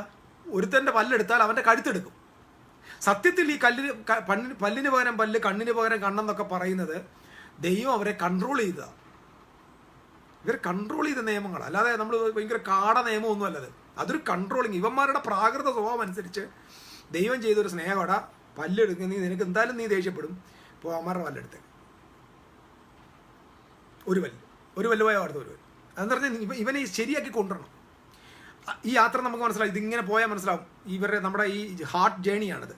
ഇങ്ങനെ കൊണ്ടുവന്ന് അവസാനം യാഗങ്ങൾ നമുക്കറിയാം. അബ്രഹാം യാഗം നടത്തി. നമ്മളെല്ലാവരും യാഗങ്ങളുടെ പുറകിലാണ്. എല്ലാ മനുഷ്യരും യാഗമാണ്. യഹോവ ഭയങ്കര യാഗം, ആ യാഗം, യഹോവ തന്നെ ലേവ്യ പുസ്തകത്തിൽ യാഗങ്ങളെക്കുറിച്ച് പറഞ്ഞിട്ടുണ്ട്. എനിക്ക് കഴിഞ്ഞ ദിവസം വായിച്ചപ്പോൾ എൻ്റെ മനസ്സിൽ വന്നത്, നിങ്ങൾ ആരെങ്കിലും യഹോവയ്ക്ക് ഒരു യാഗം അർപ്പിക്കുന്നു എങ്കിൽ അതൊരു വലിയ വാക്യമാണ്. ആ എങ്കിൽ എന്ന വാക്കിന് അർത്ഥം അറിയാം, എടാ എനിക്ക് നിൻ്റെ ഒന്നും യാഗം വേണ്ട, പിന്നെ നീയൊക്കെ അർപ്പിക്കുന്നെങ്കിൽ താണ്ട ഇതൊക്കെയാണ് രീതികൾ. ആശയം മനസ്സിലാകുന്നുണ്ടോ? എനിക്ക് നിൻ്റെ ഒന്നും ആടിനെയും മാടിനെയും രക്തവും അതിൻ്റെ വപയും അതിൻ്റെ കിഡ്നിയും അതിൻ്റെ വയറ്റിനകത്തിരിക്കുന്ന കൊഴുപ്പും അത് തീക്കാത്തോട്ടുമ്പോൾ കത്തുമ്പോൾ ഇങ്ങനെ ഇങ്ങനെ മണക്കാൻ വേണ്ടി ഞാൻ ഏതായാലും ചുടലമാടനൊന്നുമല്ല. I am not like that. പിന്നെ നിനക്കൊക്കെ വേണ്ടിയാണ് ഈ യാഗം. നിങ്ങൾ ശ്രദ്ധിച്ചു നോക്കിയേ, ഇവിടെ ഞാനിപ്പം നമ്മുടെ ഏറ്റവും വലിയ ക്രിസ്തീയ ലോകത്തെ വലിയ ഫൗണ്ടേഷനെ ഞാൻ പൊളിക്കുകയാണ്. എനിക്കറിയാം ഇത്. ഈ അബ്രഹാം യാഗം നടത്തി, അബ്രഹാമിനോട് യാഗം നടത്താൻ ദൈവം പറഞ്ഞു. എവിടുന്ന് കിട്ടി യാഗത്തിൻ്റെ സങ്കല്പം? ഇത് മാനവരാശിയുടെ മനസാക്ഷിയാണ്, ഇവൻ്റെ ഹൃദയമാണ്, ഇവൻ്റെ ഹൃദയത്തിൻ്റെ എക്സ്പ്രഷനാണ്.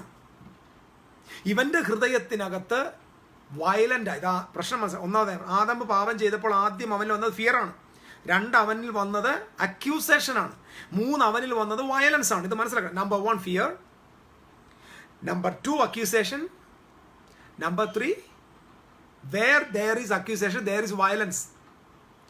നിങ്ങൾ വീടുകളിൽ കണ്ടിട്ട് നമ്മുടെയൊക്കെ വീട്ടിനകത്ത് എല്ലാ വഴക്കുണ്ടാകുന്നതിന് കാരണം ആരെങ്കിലും ഒരാൾ അടുത്ത ആളെ കുറ്റം പറയും. ഭാര്യ ഭർത്താവിനിട്ട് കുറ്റം പറയും, ഭർത്താവ് ഭാര്യയ്ക്കിട്ട് കുറ്റം പറയും, രണ്ടും വഴക്കാവും. വഴക്കുകളെല്ലാം ഉണ്ടാകുന്നത് അക്യൂസേഷനാണ്. അല്ലാതെ ഒരു ചുമ്മാതിരുന്ന ആരും ഇതുവരെ വഴക്കുണ്ടാക്കിയിട്ടില്ല. അക്യൂസ് ചെയ്യുമ്പോഴാണ് നമുക്ക് വയലൻസ് ഉണ്ടാകുന്നത്.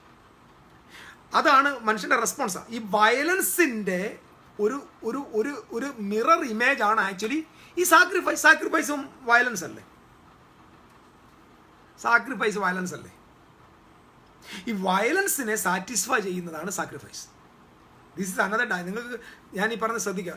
വയലൻസിനെ മനുഷ്യൻ്റെ മനസാക്ഷി സാറ്റിസ്ഫൈഡ് ആകുന്നത് ഈ യാഗത്തിലൂടെയാണ്. ഒരു നിർമ്മലമായിട്ട് ഒരു പാവം കുഞ്ഞാട്, 1 വയസ്സുള്ള ഒരു കുഞ്ഞാട്, ഒന്നും അറിയാത്തൊരു കുഞ്ഞാട്, അതിനെ ഇങ്ങോട്ട് കൊണ്ടുവന്നിട്ട് ഒന്ന് കഴുത്തറക്കുക. കഴുത്തറക്കുമ്പോൾ ആർക്കടാ ഇതിൻ്റെ രക്തം വേണ്ടേ? അപ്പം പല പറയും രക്തം ചിന്തോതെ വിമോചനമില്ല. രക്തം ചിന്തോതെ വിമോചനമില്ലെന്ന് ദൈവമല്ല പറഞ്ഞത്, മോശയുടെ പ്രമാണത്തിലാണ് പറഞ്ഞത്. നമ്മൾ അനലൈസ് ചെയ്ത് സിസ്റ്റമാറ്റിക്കായിട്ട് ഈ കാര്യങ്ങൾ പഠിക്കണം. മനുഷ്യൻ്റെ മനസ്സാക്ഷി ഹീലാക്കുക. ഞാൻ പറഞ്ഞല്ലോ, യാത്ര തുടങ്ങേണ്ടത് അവിടെയാണ്. ഹൃദയം പ്രോബ്ലം ഉള്ളതാണ്. ആ ഹൃദയത്തിൻ്റെ നില അനുസരിച്ച് ദൈവം ഇറങ്ങി വരിക. അപ്പം ആദ്യം അവൻ തൻ്റെ ഫോർട്രസ് ഉണ്ടാക്കി. ഞാൻ ഇന്നലെ പറഞ്ഞതാണ്, തെറ്റ് ചെയ്തപ്പോൾ ഉടനെ താൻ തന്നെ ഒരു വലിയ മറയുണ്ടാക്കി, താൻ തന്നെ വലിയൊരു അത്തിയാല കൊണ്ട് തന്നെ അത്തിയാല മനസ്സിലായില്ല. എന്തെങ്കിലുമൊക്കെ പ്രശ്നം വന്ന ഉടനെ ഇനി ഞാൻ അങ്ങോട്ടില്ല, ഞാൻ ഇങ്ങനെ ഒറ്റയ്ക്കിരിക്കുക. എല്ലാം അപകടത്തിലാണ്. അവരെല്ലാം ഭീരുക്കളാണ്, ഭയന്നിരിക്കുകയാണ്, അവരുടെ മനസാക്ഷിയാണ്, തോറ്റുപോയവരാണ്. സോ നമ്മളെ തന്നെ അങ്ങ് മറിച്ച് നമ്മൾ തന്നെ ഒരു കൂടാരത്തിനകത്ത് കയറി എനിക്കിനി അവരുമായിട്ട് ബന്ധമില്ല, ദൈവമായിട്ടും ബന്ധമില്ല, ഞാൻ തണ്ട മറയുക. ഇവരൊക്കെ പരാജയത്തിൻ്റെ ഏറ്റവും പടുകുഴി കിടക്കുന്നവരാണ്. തേരോട് സക്സസ്ഫുൾ പീപ്പിൾ. ഒരിക്കലും ജയിക്കത്തുമില്ല. അവർ തങ്ങളെ തന്നെ മറയ്ക്കാൻ കോട്ടയ്ക്കകത്ത് കയറിയിരിക്കുന്ന ഒറ്റയാളും അവർ സക്സസ്ഫുൾ അല്ല. അവർ ആ കോട്ടയിൽ അവസാനിക്കുന്നത്. They are in terror, they are in danger. എന്നിട്ട് എന്താ പറ്റി? മനുഷ്യൻ ഇങ്ങനെ ദൈവം തമ്പുരാൻ മനസ്സിലായടാ, ഇവനെ സാറ്റിസ്ഫൈ ചെയ്യാൻ ഒറ്റ വഴിയേ ഉള്ളൂ, ഒരു മൃഗത്തെ കൊല്ലുക, ഒരു നിർമ്മലമായൊരു മൃഗത്തെ കൊല്ലുക, കൊന്നിട്ട് അതിൻ്റെ ഉടുപ്പ് ഊരിയെടുത്ത് അല്ലെങ്കിൽ തോൽ ഊരിയെടുത്ത് മനുഷ്യനെ ധരിപ്പിക്കുക. അപ്പോൾ അവിടെ ഒരു വയലൻസ് കണ്ടു. ആ വയലൻസ്, ഈ മനുഷ്യ ഹാർട്ടിലുള്ള വയലൻസ് മീറ്റപ്പായി മറ്റൊരു വയലൻസിന് മുമ്പിൽ. അപ്പോൾ എവിടെയെങ്കിലും ഒരു വയലൻസാണ് അടുത്ത വയലൻസിനെ ശമിപ്പിക്കുന്നത്. കണ്ടിട്ടില്ലേ? ഇവിടെ അടിച്ച് അവിടെ ഒരു അടി കൊടുക്കുമ്പോൾ അതങ്ങ് ശാന്തമാകുക. ഇതാണ് പ്രശ്നം. നിങ്ങൾ കണ്ടിട്ടില്ലേ? ഇപ്പം ഇവിടെ കൊണ്ടൊരുത്തൻ തീ ഇട്ടു, നമ്മൾ ഇവിടുന്ന് ആൾ പോയി അവിടെ പോയി തീ ഇട്ടു, പ്രശ്നം തീർന്നു. പക്ഷേ ഇതിനകത്ത് ഒരു ജസ്റ്റിസും ഇല്ല, അതിനകത്ത് ഒരു കാര്യമില്ല. പക്ഷേ വയലൻസ് കൊണ്ട് മീറ്റ് ചെയ്യുമ്പോൾ ഒരു സാറ്റിസ്ഫാക്ഷൻ ഉണ്ടാകുക. ആർക്ക്? ഈ ആളിന്. ഒരു ഹാപ്പി കൊടുത്തല്ലോ. ഇതാണ് ഹ്യൂമാനിറ്റിയുടെ പ്രശ്നം. അവൻ്റെ ഹാർട്ടിനെ സാറ്റിസ്ഫൈ ചെയ്യാനാണ് യാഗം ദൈവത്തിൻ്റെ തൃപ്തിക്കല്ല. ഇത് ക്രൂശ് വരെ ഞാൻ കൊണ്ടുവരാം. യേശുവിൻ്റെ കാൽവറി കുരിശ് വരെ എനിക്ക് ഈ വിഷയത്തെ പഠിപ്പിക്കാനുണ്ട്. ഒരിക്കലും ദൈവഹൃദയത്തിൻ്റെ തൃപ്തിക്കല്ല. വിശുദ്ധ ബൈബിളിൽ ദൈവം വളരെ വ്യക്തമായിട്ട് പറഞ്ഞിട്ടുണ്ട്, നിങ്ങളെ ഞാൻ യെരമ്യാവിൻ്റെ പ്രവചനം നിങ്ങൾ വായിക്കണം 7-ാം അധ്യായത്തിൽ, നിങ്ങളെ ഞാൻ മിസ്രയീമിൽ നിന്ന് ഇറങ്ങിത്തിരിപ്പിച്ചു, നിങ്ങളുടെ ഹനനയാഗം ഞാൻ നിങ്ങളോട് ചോദിച്ചോ, ഭോജനയാഗം ഞാൻ നിങ്ങളോട് ചോദിച്ചോ എന്ന് പറഞ്ഞാൽ നിങ്ങളൊത്ത് ഞാനിതൊന്നും ചോദിച്ചില്ല, നിങ്ങളിങ്ങനെ തരുകയായിരുന്നു. അതായത് യാഗങ്ങൾ നിങ്ങളുടെ മനസ്സിൽ നിന്നുണ്ടായി വന്നതാണ്. അപ്പം നിങ്ങളുടെ മനസ്സിൽ നിന്ന് ഉണ്ടായി വന്നപ്പോൾ ഞാൻ അതിനെ തട്ടിയില്ല, കളഞ്ഞില്ലെന്നേ. ഇപ്പം നമ്മുടെ മക്കൾ അവരുടെ സന്തോഷത്തിന് വേണ്ടി അവരൊരു കാർഡ് ഉണ്ടാക്കി തരും. അപ്പോൾ എൻ്റെ മക്കൾ ഇടയ്ക്കിടയ്ക്ക് എൻ്റെ ബർത്ത്ഡേ ഒക്കെ വരുമ്പോൾ കാർഡിനകത്ത് അച്ഛ ഐ ലവ് യു എന്നൊക്കെ പറഞ്ഞ് എൻ്റെയും വൈഫിൻ്റെയും പിള്ളേരുടെയൊക്കെ പേരെഴുതി ഇങ്ങനെ കൊണ്ടുവന്ന് തരും. അത് അത് നമുക്ക് 1000 രൂപ കൊടുത്ത് വാങ്ങിക്കുന്നതിനേക്കാളും വിലയുള്ളതാണ്, ഭയങ്കര വാല്യൂബിളാണ്. പക്ഷേ അത് വാസ്തവത്തിൽ മാർക്കറ്റിൽ അതിന് വിലയുണ്ടോ ഇല്ല, പക്ഷെ നമുക്കത് വിലയുണ്ട്. അപ്പം മക്കൾക്ക് സാറ്റിസ്ഫൈഡ് ആകുക, മക്കളുടെ ഉള്ളിലുള്ള ആ സന്തോഷം അത്. അതുപോലെ ശരി, ഇനി അവനൊരു ആടിനെ വെട്ടുന്നതുകൊണ്ട് ആ സന്തോഷം എങ്കിൽ ശരി ആയിക്കോട്ടെ. ഇത് അവനിലേക്ക് ഇറങ്ങുക, മനുഷ്യനിലേക്ക് ദൈവം ഇറങ്ങുക. കാരണം ദൈവത്തിൻ്റെ സ്റ്റാൻഡേർഡിൽ മനുഷ്യനെ കൊണ്ടെത്തിക്കാൻ പാടാണ്. അതുകൊണ്ട് മനുഷ്യ സ്റ്റാൻഡേർഡിലേക്ക് ദൈവം ഇറങ്ങി വരുന്ന ചിത്രമാണ് നമ്മൾ പഴയ നിയമം മുഴുവൻ വായിക്കുന്നത്. സംഭവം എന്താ? ഇവൻ്റെ ഹൃദയത്തിന് സൗഖ്യം വരണം. Anyway God wants to deal with the heart of man. Change the man's heart. അവൻ്റെ വയലൻസ് മാറ്റണം. അവൻ്റെ കോൺഷ്യസ്, അവനെ കുറ്റം വിധിക്കുന്ന അവൻ്റെ മനസാക്ഷിക്ക് തൃപ്തി വരുത്തണം. അവൻ്റെ മനസാക്ഷി, അവൻ്റെ മനസാക്ഷിയുടെ കുറ്റം, മനസാക്ഷിയെ കുറ്റം പറയുന്നത്. അപ്പം ഈ നേരത്തെ പറഞ്ഞത് നഗ്നനാണെന്ന് പറഞ്ഞൊരുത്തനുണ്ട്. Who told you that you are naked? ആ ഹൂ ആണ് ഈ കോൺഷ്യസ് മൈൻഡ്. ആ കോൺഷ്യസ് മൈൻഡിനെ സാറ്റിസ്ഫൈ, ആ കോൺഷ്യസിനെ സാറ്റിസ്ഫൈ ചെയ്യാനാണ് യാഗങ്ങൾ. അല്ലാതെ യേശു ഒരു യാഗത്ത് നിങ്ങൾക്കറിയാം, കർത്താവിൻ്റെ ഹൃദയപ്രകാരമുള്ളൊരു മനുഷ്യനാണ് ദാവീദിൻ്റെ വാചകം കേൾക്കണം. ഹനനയാഗം നിനക്ക് ഇഷ്ടമല്ല, ഹോമയാഗത്തിൽ നിനക്ക് പ്രസാദവുമില്ല. യേശു ക്രിസ്തു പറഞ്ഞിട്ടുണ്ട്, നിങ്ങളുടെ ഹനനയാഗത്തെക്കാൾ, നിങ്ങളുടെ ഹോമയാഗത്തെക്കാൾ ദൈവത്തിന് പ്രസാദം ദയയും കരുണയും നീതിയുമാണെന്നാണ്. 1000 ആട്ടുകൊറ്റന്മാരുടെ രക്തത്തിൽ ഞാൻ പ്രസാദിക്കുമെന്ന് ചോദിച്ചേക്കുന്നത്. ദൈവം തമ്പുരാൻ ഇതൊന്നും ഇല്ലെന്നേ. So when I'm preaching about the heart, ഞാൻ പറഞ്ഞ ഈ വിഷയം എങ്ങനൊക്കെ പോകുന്നെന്ന് ഞാനിങ്ങനെ ആലോചിക്കുക. സ്തോത്രം. It's dealing with the heart of man, the fallen man, പരാജയപ്പെട്ട മനുഷ്യൻ. ആ മനുഷ്യൻ്റെ ഹൃദയത്തിലോട്ട്, അവൻ്റെ അവനിലേക്ക് ഇറങ്ങുക ദൈവം. അവനെ തൃപ്തനാക്കാൻ വേണ്ടി ഒരു മൃഗത്തെ കൊല്ലുന്നു, ഒരു വയലൻസിന് അവൻ്റെ ഉള്ളിലുണ്ടാകുന്ന അവൻ്റെ വയലൻ്റ്. ഇപ്പം മനുഷ്യജാതി പാപം, അവൻ അകത്ത് വയലൻസാണ്. ആ വയലൻസിൻ്റെ അതല്ലേ പറഞ്ഞത്, നീ എന്നോട് നിൽക്കാൻ ഇവള് തന്നു, അവള് പറഞ്ഞ് പാമ്പ് തന്നു, അവിടെ അങ്ങോട്ടും ഇങ്ങോട്ടും അക്യൂസേഷനാണ്, അതാണ് സാത്താൻ. ഈ സാത്താൻ എന്ന് പറഞ്ഞ സാധനം ഉരുവായത് അവിടെയാണ്. സാത്താൻ എന്ന് പറയുന്നത് അവിടെ നിന്ന പാമ്പല്ല, ആ പാമ്പ് മുഖാന്തരം മനുഷ്യജാതിയിൽ ഉണ്ടായ ആ നേച്ചറാണ്. ആ നേച്ചറിനെയാണ് സാത്താൻ എന്ന് പറയുന്നത്. അക്യൂസേഷൻ, പരീക്ഷകൻ, സഹോദരന്മാർക്ക് അപവാദം പറയുന്നവൻ. So Satan is not a person, Satan is the state of mind. ഇനിയിപ്പോൾ ആൾ പറയും നരകവും ഇല്ലെന്ന് പറഞ്ഞ്, സ്വർഗവും ഇല്ലെന്ന് പറഞ്ഞ്, ഇപ്പോൾ സാത്താനും ഇല്ലെന്ന് പറഞ്ഞ്, ഇനിയിപ്പോൾ ഞങ്ങൾ എന്ത് ചെയ്യുമെന്നായിരിക്കും. ഇസ് എ മൈൻഡ് സെറ്റാണ്. സൈറ്റാൻ എന്ന് പറയുന്ന ഒരു മൈൻഡ് സെറ്റാണ്, ഒരു പേഴ്സണാലിറ്റി ഒന്നുമല്ല. സൈറ്റാൻ ഒരിക്കലും കണക്റ്റഡ് വിത്ത് സിന്നുമായിട്ട് കണക്ഷനും ഇല്ല. Satan is always connected with the റിലീജിയനാണ്. മനുഷ്യൻ്റെ മനസാക്ഷി, മനുഷ്യൻ്റെ ആ വയലന്റ് നേച്ചറിനെ സാറ്റിസ്ഫൈ ചെയ്യാനാണ് ബലി. ഒരു നിർമ്മലമായ ഒരു മൃഗത്തെ കൊണ്ടുവന്ന് കഴുത്തങ്ങ് അറക്കുക, അതിൻ്റെ രക്തം ഇങ്ങോട്ട്. നിങ്ങൾ കണ്ടിട്ടുണ്ട് ഒരു മൃഗമൊക്കെ കൊല്ലപ്പെടുമ്പോൾ നല്ല മനസാക്ഷിയുള്ള സകല മനുഷ്യനെ ആകം കിടന്ന് പടയ്ക്കും. നമ്മളത് കഴിക്കുമെങ്കിലും, ഞാനിതൊന്നും എന്നെ കൊല്ലുന്നൊന്നും ഞാൻ കാണത്തില്ല, ഇത് കഴിക്കും നമ്മൾ. പക്ഷേ ഇത് കൊല്ലുന്ന കാണാൻ നമുക്ക് പറ്റില്ല. പക്ഷേ ഈ മനുഷ്യന്മാർ ഇതിനെ അറുത്ത്, അപ്പം ഇവൻ്റെ ചിന്ത എന്നറിയുമോ, ഇതിങ്ങോട്ട് അറുത്ത് ഇതിൻ്റെ രക്തം അങ്ങോട്ട് ചിന്തി ഇതിങ്ങോട്ട് കത്തുമ്പോഴത്തേന് ദൈവം എന്ത് പാഗാണ്. ദൈവം അത്ര സ്റ്റാൻഡേർഡ്, മനുഷ്യനാ പാഗൺ. മനുഷ്യനെ വേണ്ടി, മനുഷ്യൻ അത്ര വിലപ്പെട്ടവനായതുകൊണ്ട് അവൻ്റെ വൃത്തികേടിന് കൂടെ നിന്നതാ ദൈവം. മനുഷ്യൻ അത്ര വിലയേറിയവനായതുകൊണ്ടാണ് അവൻ്റെ ഈ ബാലിശ്യമായ, അവൻ്റെ ആ താന്നുപോയ, അവൻ്റെ ഫോളൻ അനുഭവത്തിലോട്ട് ദൈവം ഇറങ്ങി ചെല്ലുക. അതുകൊണ്ടാണ് ഈ ലേവ്യ പുസ്തകം നിങ്ങൾ വായിച്ചു നോക്കിയത്. നിങ്ങൾ പറഞ്ഞിട്ടുണ്ട് ഉണ്ടോ, കാളക്കിടാവനെ കൊണ്ടുവരാൻ പറ്റുമെങ്കിൽ അവൻ കൊണ്ടുപോകാം, ഇല്ലാത്തവൻ ആട്ടുകൊറ്റനെ കൊണ്ടുപോകാം, ആട്ടുകൊറ്റനില്ലാത്തവനോ കുറുപ്രാവിനെ കൊണ്ടുപോകാം, കുറുപ്രാവില്ലാത്തവനോ പ്രാവും കുഞ്ഞിനെ കൊണ്ടുപോകാം. ഈ പ്രാവും കുഞ്ഞും ഇല്ലെങ്കിലോ ഒരു പിടി അരിമാവെങ്കിലും വാ. ഇതാ ചിന്ത എന്ന് പറഞ്ഞാൽ എവിടെ തുടങ്ങിയതറിയുമോ? പശുക്കിടാവി തുടങ്ങിയതാ. പശുക്കിടാവി തുടങ്ങിയിട്ട് ഒരു പിടി അരിമാവിലായി എന്ന് പറഞ്ഞാൽ എങ്ങനെയും വാടാന്ന്. ഇതാ ദൈവം. തുടങ്ങിയപ്പോൾ അതായത് ഇത് മനസ്സിലാക്കണം, അത് മനുഷ്യൻ്റെ മനസാക്ഷിയോട് മനുഷ്യ ഹൃദയത്തോടുള്ള ദൈവത്തിന് ഇതാണ് നമ്മൾ പഠിക്കേണ്ടത്. അവിടെ എല്ലാം മനുഷ്യൻ ഇങ്ങനെ അങ്ങനെ അബ്രഹാമിനെ യാഗം തുടങ്ങി പുള്ളിയുടെ ഹൃദയത്തെ ശരിയാക്കണം. കാരണം ഇദ്ദേഹമാണ് വിശ്വാസികളുടെ പിതാവ്. ഇങ്ങനെ ഓൾഡ് ടെസ്റ്റമെൻറ്റിൻ്റെ കക്ഷിയല്ല, ഇദ്ദേഹം ന്യൂ ടെസ്റ്റമെൻറ്റിൻ്റെ ആളാണ് ഈ അബ്രഹാം. അബ്രഹാമിനോട് ദൈവം ഒരിക്കലും പഴയ നിയമ ഉടമ്പടിയില്ല, അബ്രഹാം പുതുനിയമത്തിൻ്റെ ഉടമ്പടിയുടെ ആളാണ്. അങ്ങനെ യാഗം നടത്തുന്നുണ്ട്, അവിടെ എല്ലാം ഇതൊക്കെ സംഭവിക്കുന്നുണ്ട്, യാഗമൊക്കെ നടക്കുന്നു. ഒടുവിൽ ദൈവം ഇവനോട് പറഞ്ഞിട്ട് എങ്ങുവാ നിന്റെ ഏകജാതനായ പുത്രനെ തരണം.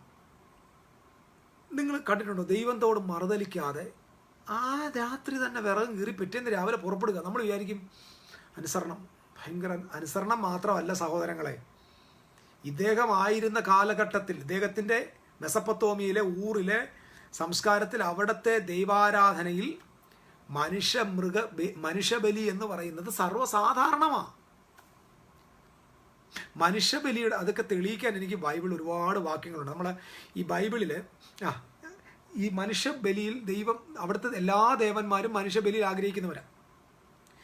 അപ്പം മനുഷ്യബലിയിൽ ആഗ്രഹിക്കുന്ന ദൈവനാണ് ഈ യഹോവയെ. അങ്ങനെയാണെന്ന് അബ്രഹാം വിശ്വസിച്ചാണ്. അബ്രഹാം ശരി ആദിജാതനെ ചോദിച്ചു കൊടുത്തേക്കാം. നമ്മൾ വിചാരിക്കുമ്പോൾ വിശ്വാസമൊക്കെ ഉണ്ട്, എന്നാലും അദ്ദേഹത്തെ കൊണ്ട് ഇത് ചെയ്യിപ്പിക്കാൻ പ്രേരിപ്പിച്ച ആദ്യത്തെ ഘടകം every deity is asking human sacrifice, so Jehovah is also asking, so I'm just giving.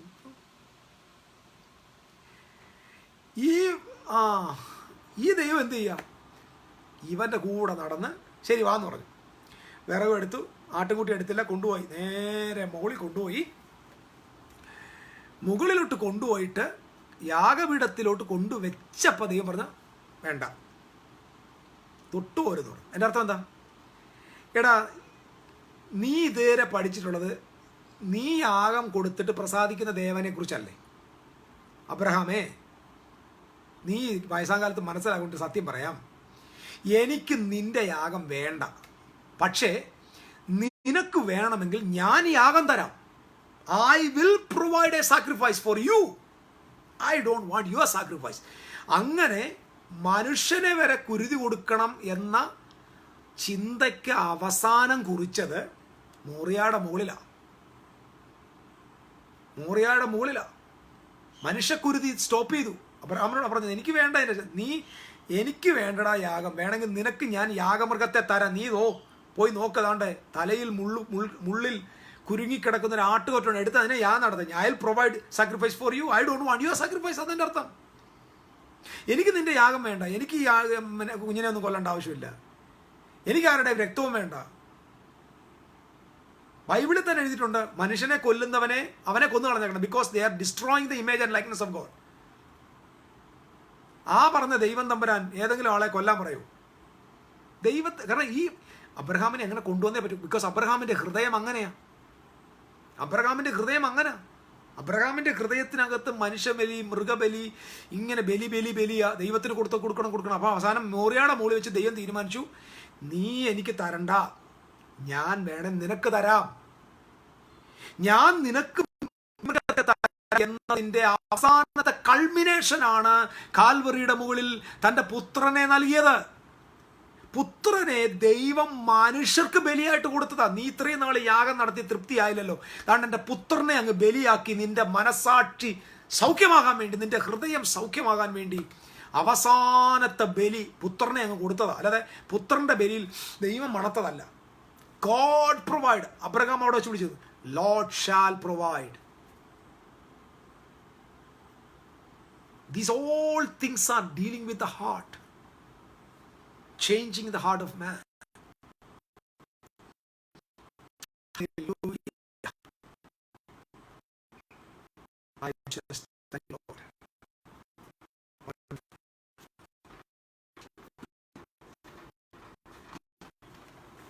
I prepared a lot for you, but I don't want to continue enough. I want to finish. I will provide for you.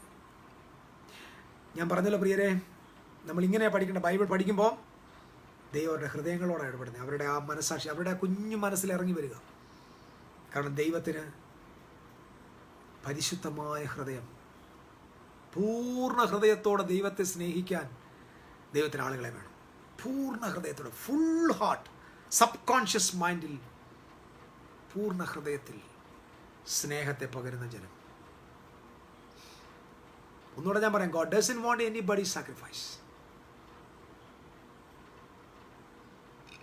അതൊക്കെയും ദൈവം കൊടുത്തത് മനുഷ്യന്റെ ഹൃദയത്തെ satisfy ചെയ്യാൻ. നമുക്കറിയാം, കായൻ തൻ്റെ പുത്രനെ, സഹോദരനെ കൊല്ലുന്നുണ്ട്. സത്യത്തിൽ അതിൻ്റെ അർത്ഥം ഞാൻ മനസ്സിലാക്കിയത്, ഹാബേൽ ഒരു ആട്ടുകൊറ്റനെ കൊന്നു, കായൻ ഒരു മനുഷ്യനെ ബലി കൊടുത്തു. ബലിയാണ്. അദ്ദേഹത്തിൻ്റെ ചിന്ത ഇങ്ങനെയാണ്, ദൈവം പ്രസാദിച്ച മനുഷ്യൻ അന്ന് ഭൂമിയിൽ ഹാബേലാണ്. ദൈവപ്രസാദം വാങ്ങിയവനെ ദൈവത്തിന് അർപ്പിക്കാമെന്നുള്ള ചിന്തയാണ് കായൻ്റെ ഉള്ളിൽ. The first human sacrifice started from Cain. അദ്ദേഹം വെറും ഒരു കൊലപാതകം നടത്തിയതല്ലത്. He was sacrifice his brother. കാരണം അവൻ്റെ ഹാർട്ട് അത്രയും വൂണ്ടഡായിരുന്നു. Nobody was there to heal the heart of that man. പക്ഷെ നിങ്ങൾക്കറിയാമോ, after that God began to heal the heart of Cain. നിങ്ങൾ പഠിച്ചു നോക്ക്. ദൈവം കായനെ ശപിച്ചു വിടുകയല്ല, അവൻ്റെ ഹൃദയത്തെ സൗഖ്യപ്പെടുത്തുന്ന ദൈവിക മെതഡ. ആദ്യത്തെ ചോദ്യം, where is your brother? Where is your brother? അവൻ മറുപടി പറഞ്ഞു, ആ മൈ ബ്രദർ, ഞാൻ എൻ്റെ സഹോദരൻ്റെ കാവൽക്കാരനാണോ? എന്തിനാ ചോദ്യം ചോദിച്ചത്?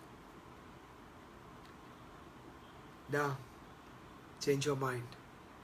I want to help you. I want to deal with your heart. Your heart is wounded. I want to deal with your heart. Where is your brother? പറയണമായിരുന്നു, lord, I sacrificed him. I killed him. Killed എന്ന വാക്ക് നിങ്ങൾ മനസ്സിലാക്കിയാൽ മതി, വായിച്ചാൽ മതി.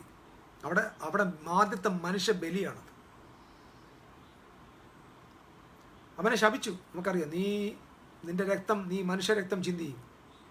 കാരണം you destroy the image and likeness of God. You destroyed the image and likeness of God. So God sent him. അവനെ ശപിച്ചയക്കുന്നു. അപ്പം അവൻ പറഞ്ഞു, ദൈവമേ, നീ എനിക്ക് നൽകിയ ശിക്ഷ ഭയങ്കരമാണ്, എന്നെ കാണുന്നവർ എന്നെ കൊന്നുകളെ. അപ്പോൾ ഗോഡ് പറയാം, nobody will kill you. I will never allow you to be killed by anyone. കാരണം നീ കൊല്ല ചെയ്തവനാണ്, പക്ഷെ നിന്നെ പോലും കൊല്ലാൻ there is no capital punishment. There is no retributive justice. നീ എന്തായാലും അവനെ കൊന്നില്ല, നിന്നെ കൊല്ലാൻ ആളുണ്ടെന്ന് പറയുകയല്ല ഇത്. ഫസ്റ്റ് സ്ലീബ അവൻ്റെ നെറ്റിയിലോട്ട് അടയാളം ഇട്ട് കൊടുത്തു. തൗ എന്ന വാക്ക ആദ്യത്തെ സ്ലീബ ഇട്ട് കൊടുത്തു. ആദ്യത്തെ കുരിശ് അവൻ്റെ നെറ്റിയിലോട്ട് വരച്ചിട്ട് പറഞ്ഞു, കായനെ തൊട്ടുപോകരുത്. ഇവിടെ ആ ദൈവഹൃദയം വെളിപ്പെട്ടത്. സ്വന്തം സഹോദരനെ കൊന്നവൻ്റെ മുമ്പിലും കൊലപാതകിയുടെ മുമ്പിലും ക്യാപിറ്റൽ പണിഷ്മെൻറ്റ് നടത്താൻ നിൽക്കുന്ന ദൈവമല്ല, അവൻ്റെ ഹൃദയത്തെ സൗഖ്യപ്പെടുത്താൻ. എനിക്ക് തോന്നുന്നു, because of that mark Cain was blessed. ഒറ്റ കാര്യം കൊണ്ട്, ഈ ഒരൊറ്റ കാരണം കൊണ്ട് കായൻ നശിച്ചില്ല. നിങ്ങൾ വായിച്ചു നോക്ക്. നോദ് ദേശത്ത് വാർത്തു, മക്കൾ ജനിച്ചു. നിങ്ങൾക്ക് ലോകത്തിലെ ആദ്യത്തെ എൻജിനീയറിംഗ് കായൻ്റെ ഫാമിലി, മ്യൂസീഷ്യൻസ് കായൻ്റെ ഫാമിലി, ആദ്യത്തെ വാട്ട് ഈസ് ദാറ്റ്, ആദ്യത്തെ ആയുധങ്ങൾ ഉണ്ടാക്കുന്നവർ, ഇരുമ്പിലും ചെമ്പിലും ജോലി ചെയ്യുന്നവർ, കായൻ്റെ കുടുംബം. ആദ്യത്തെ പട്ടണം പണിതവർ, ജസ്റ്റ് ബിക്കോസ് ഓഫ് ദ സ്ലീപ്പ. എനിക്ക് തോന്നുന്നു, അവൻ്റെ നെറ്റിയിൽ മാത്രമല്ല ദൈവം അടയാളം കൊടുത്തേ, കായൻ്റെ ഹൃദയത്തിലൊരു അടയാളം കൊടുത്തു. I will never allow anybody to kill you. ഒറ്റ ചിന്ത ഞാൻ ചിന്തിക്കുന്നു, ഈ ഒരൊറ്റ ചിന്തയിലാണ് അവൻ്റെ ഹൃദയം ഹീലായി. അവന് ധൈര്യമായിട്ട് പോകാൻ പറ്റി. It's moving everywhere. Because Cain അറിയാം, nobody will kill me because that is my heart. ഹൃദയത്തിനകത്ത് അവൻ റിട്ടേൺ ആക്കി കൊടുത്തു, നിന്നെ ആരും കൊല്ലത്തില്ല. എന്തുകൊണ്ടാണ്? സർവശക്തൻ്റെ അടയാളം എൻ്റെ മേലുണ്ടടാന്ന്. എനിക്ക് തോന്നുന്നു, ലോകത്തിൽ അന്ന് ജീവിച്ചിരുന്നതിൽ ഏറ്റവും കൂടുതൽ ഭയം കൂടാതെ ജീവിച്ച മനുഷ്യൻ അതാ കായൻ. അവൻ ഭയം കൂടാതെ ജീവിച്ചത് കൊണ്ടാണ് ഭൗതിക മണ്ഡലത്തിൽ അവനെ പോലെ ബ്ലെസ്ഡായ ഒരാളുമില്ല.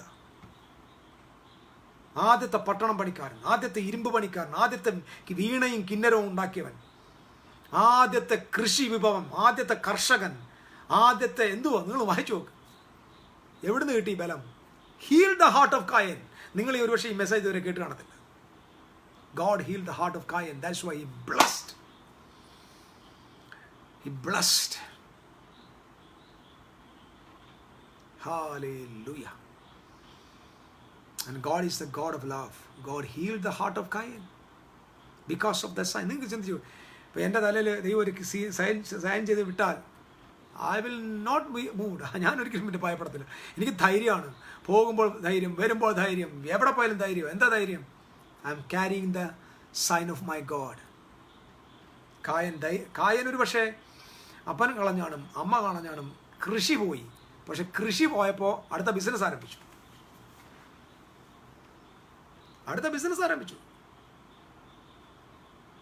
നമ്മൾ പറയും കായൻ ദുഷ്ടൻ എന്നൊക്കെ ഉള്ള അവൻ്റെ സ്വഭാവം ശരിയല്ലെങ്കിലും ഭൗതിക ലോകത്ത് ഒരുപാട് ഇന്നോവേഷന് കാരണമായി. ഐഡിയ വന്നെന്നുണ്ട് അവൻ്റെ ബ്രെയിനിലാണ് വന്നേക്കുന്നത്. ഞാൻ വിശ്വസിക്കുന്നു ഈ സൈൻ ഇവൻ്റെ ബ്രെയിനിനെ തൊട്ടു, അവൻ്റെ കോൺഷ്യസ് മൈൻഡിനെ, സബ് കോൺഷ്യസ് മൈൻഡിനെ തൊട്ടു. It's really blessed.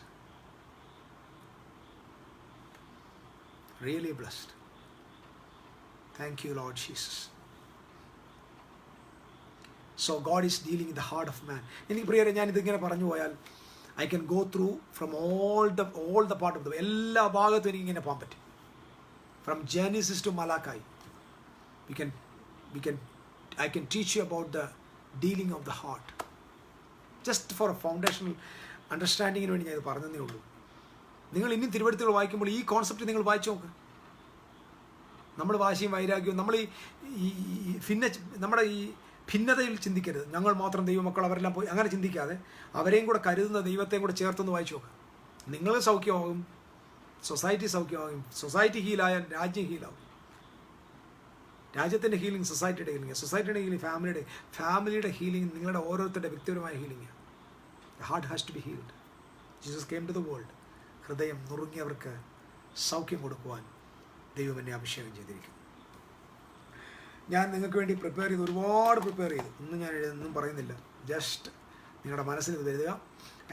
I really thank God. ഞാൻ നിങ്ങളോട് സംസാരിക്കുന്ന പരിശുദ്ധാത്മാവ് എനിക്ക് നൽകിയ ചിന്തയായിട്ട് തന്നെ ഞാൻ കരുതുന്നു. ദൈവം നല്ലവനാണ്. നിങ്ങളുടെ ഉള്ളങ്ങളിൽ യേശു സൗഖ്യം വരുത്തട്ടെ. നിങ്ങൾ ആരെങ്കിലും ഭാരപ്പെടുന്നെങ്കിൽ, ഏതെങ്കിലും ഒരു നിലയിൽ നിങ്ങൾ എന്തെങ്കിലും ഒരു കാരണത്താൽ നിങ്ങൾ ദുഃഖത്തിലായിരിക്കുന്നെങ്കിൽ, കൈവിടാത്തൊരു ദൈവം നിങ്ങളുടെ കൂടെയുണ്ട്. നിങ്ങളുടെ ഭയത്തെ യേശു എടുത്ത് മാറ്റുകയാണ്. ആ ഭയം നിങ്ങൾ മാറിയാൽ തന്നെ നിങ്ങളുടെ ബിസിനസ് അനുഗ്രഹിക്കപ്പെടും, നിങ്ങളുടെ കുടുംബം അനുഗ്രഹിക്കപ്പെടും, നിങ്ങളുടെ ജീവിതം അനുഗ്രഹിക്കപ്പെടും, നിങ്ങളുടെ തലമുറ അനുഗ്രഹിക്കപ്പെടും. നിങ്ങൾ യു ആർ ലിവിങ് എന്തെങ്കിലും ഒരു തിന്മ നിങ്ങളിലുണ്ടെങ്കിൽ എടുത്ത് കളഞ്ഞേര്. അത് നിങ്ങളൊരു ഭയം കൊണ്ടുവരും. ആ ഭയത്തിൽ നിങ്ങൾക്ക് എപ്പോഴും നിങ്ങൾ തോറ്റു. ഭയമില്ലാതെ ജീവിക്കാൻ നല്ല മനസാക്ഷിയിലേക്ക് നമുക്ക് വരാം, നല്ലൊരു കോൺഷ്യസിലേക്ക് നമുക്ക് വരാം. കൃപയുടെ ദൈവം നിങ്ങളെല്ലാവരെയും അനുഗ്രഹിക്കട്ടെ. ഇതുവരെ തിരുവെഴുത്തുകൾ കേട്ടുകൊണ്ടിരുന്ന നിങ്ങളോട് ഞാൻ പ്രത്യേക സ്നേഹം അറിയിക്കുന്നു. ദൈവം അനുവദിക്കുന്നെങ്കിൽ നാളെ നമുക്ക് വീണ്ടും അടുത്ത ചിന്തയുമായിട്ട് നമുക്ക് ഒരുമിക്കാം. ഇത് ഇടയ്ക്ക് വന്ന് കേട്ടവരൊക്കെ ആദ്യം മുതൽ കേൾക്കാനായിട്ട് ശ്രമിക്കണമേ. മറ്റുള്ളവരത് പങ്കുവയ്ക്കാനായി ശ്രമിക്കണം. Thank you so much for your comments. Thank you for your suggestions. ഒരുപാട് കമൻറ്റ്സ് ഇതിനകത്ത് വന്നിട്ടുണ്ട്. എനിക്കത് ശ്രദ്ധിക്കാനായിട്ട് പറ്റിയില്ല. His bleeding heart is everywhere in all it is. Yes, till he shed his last drop of the blood by flesh. That's true. We can see that. We can see the bleeding heart of Jesus everywhere. The God of ദൈവത്തിൻ്റെ ഹൃദയം നമുക്ക് ദൈവഹൃദയം കണ്ടാൽ നമ്മുടെ ഹൃദയം സൗഖ്യവും.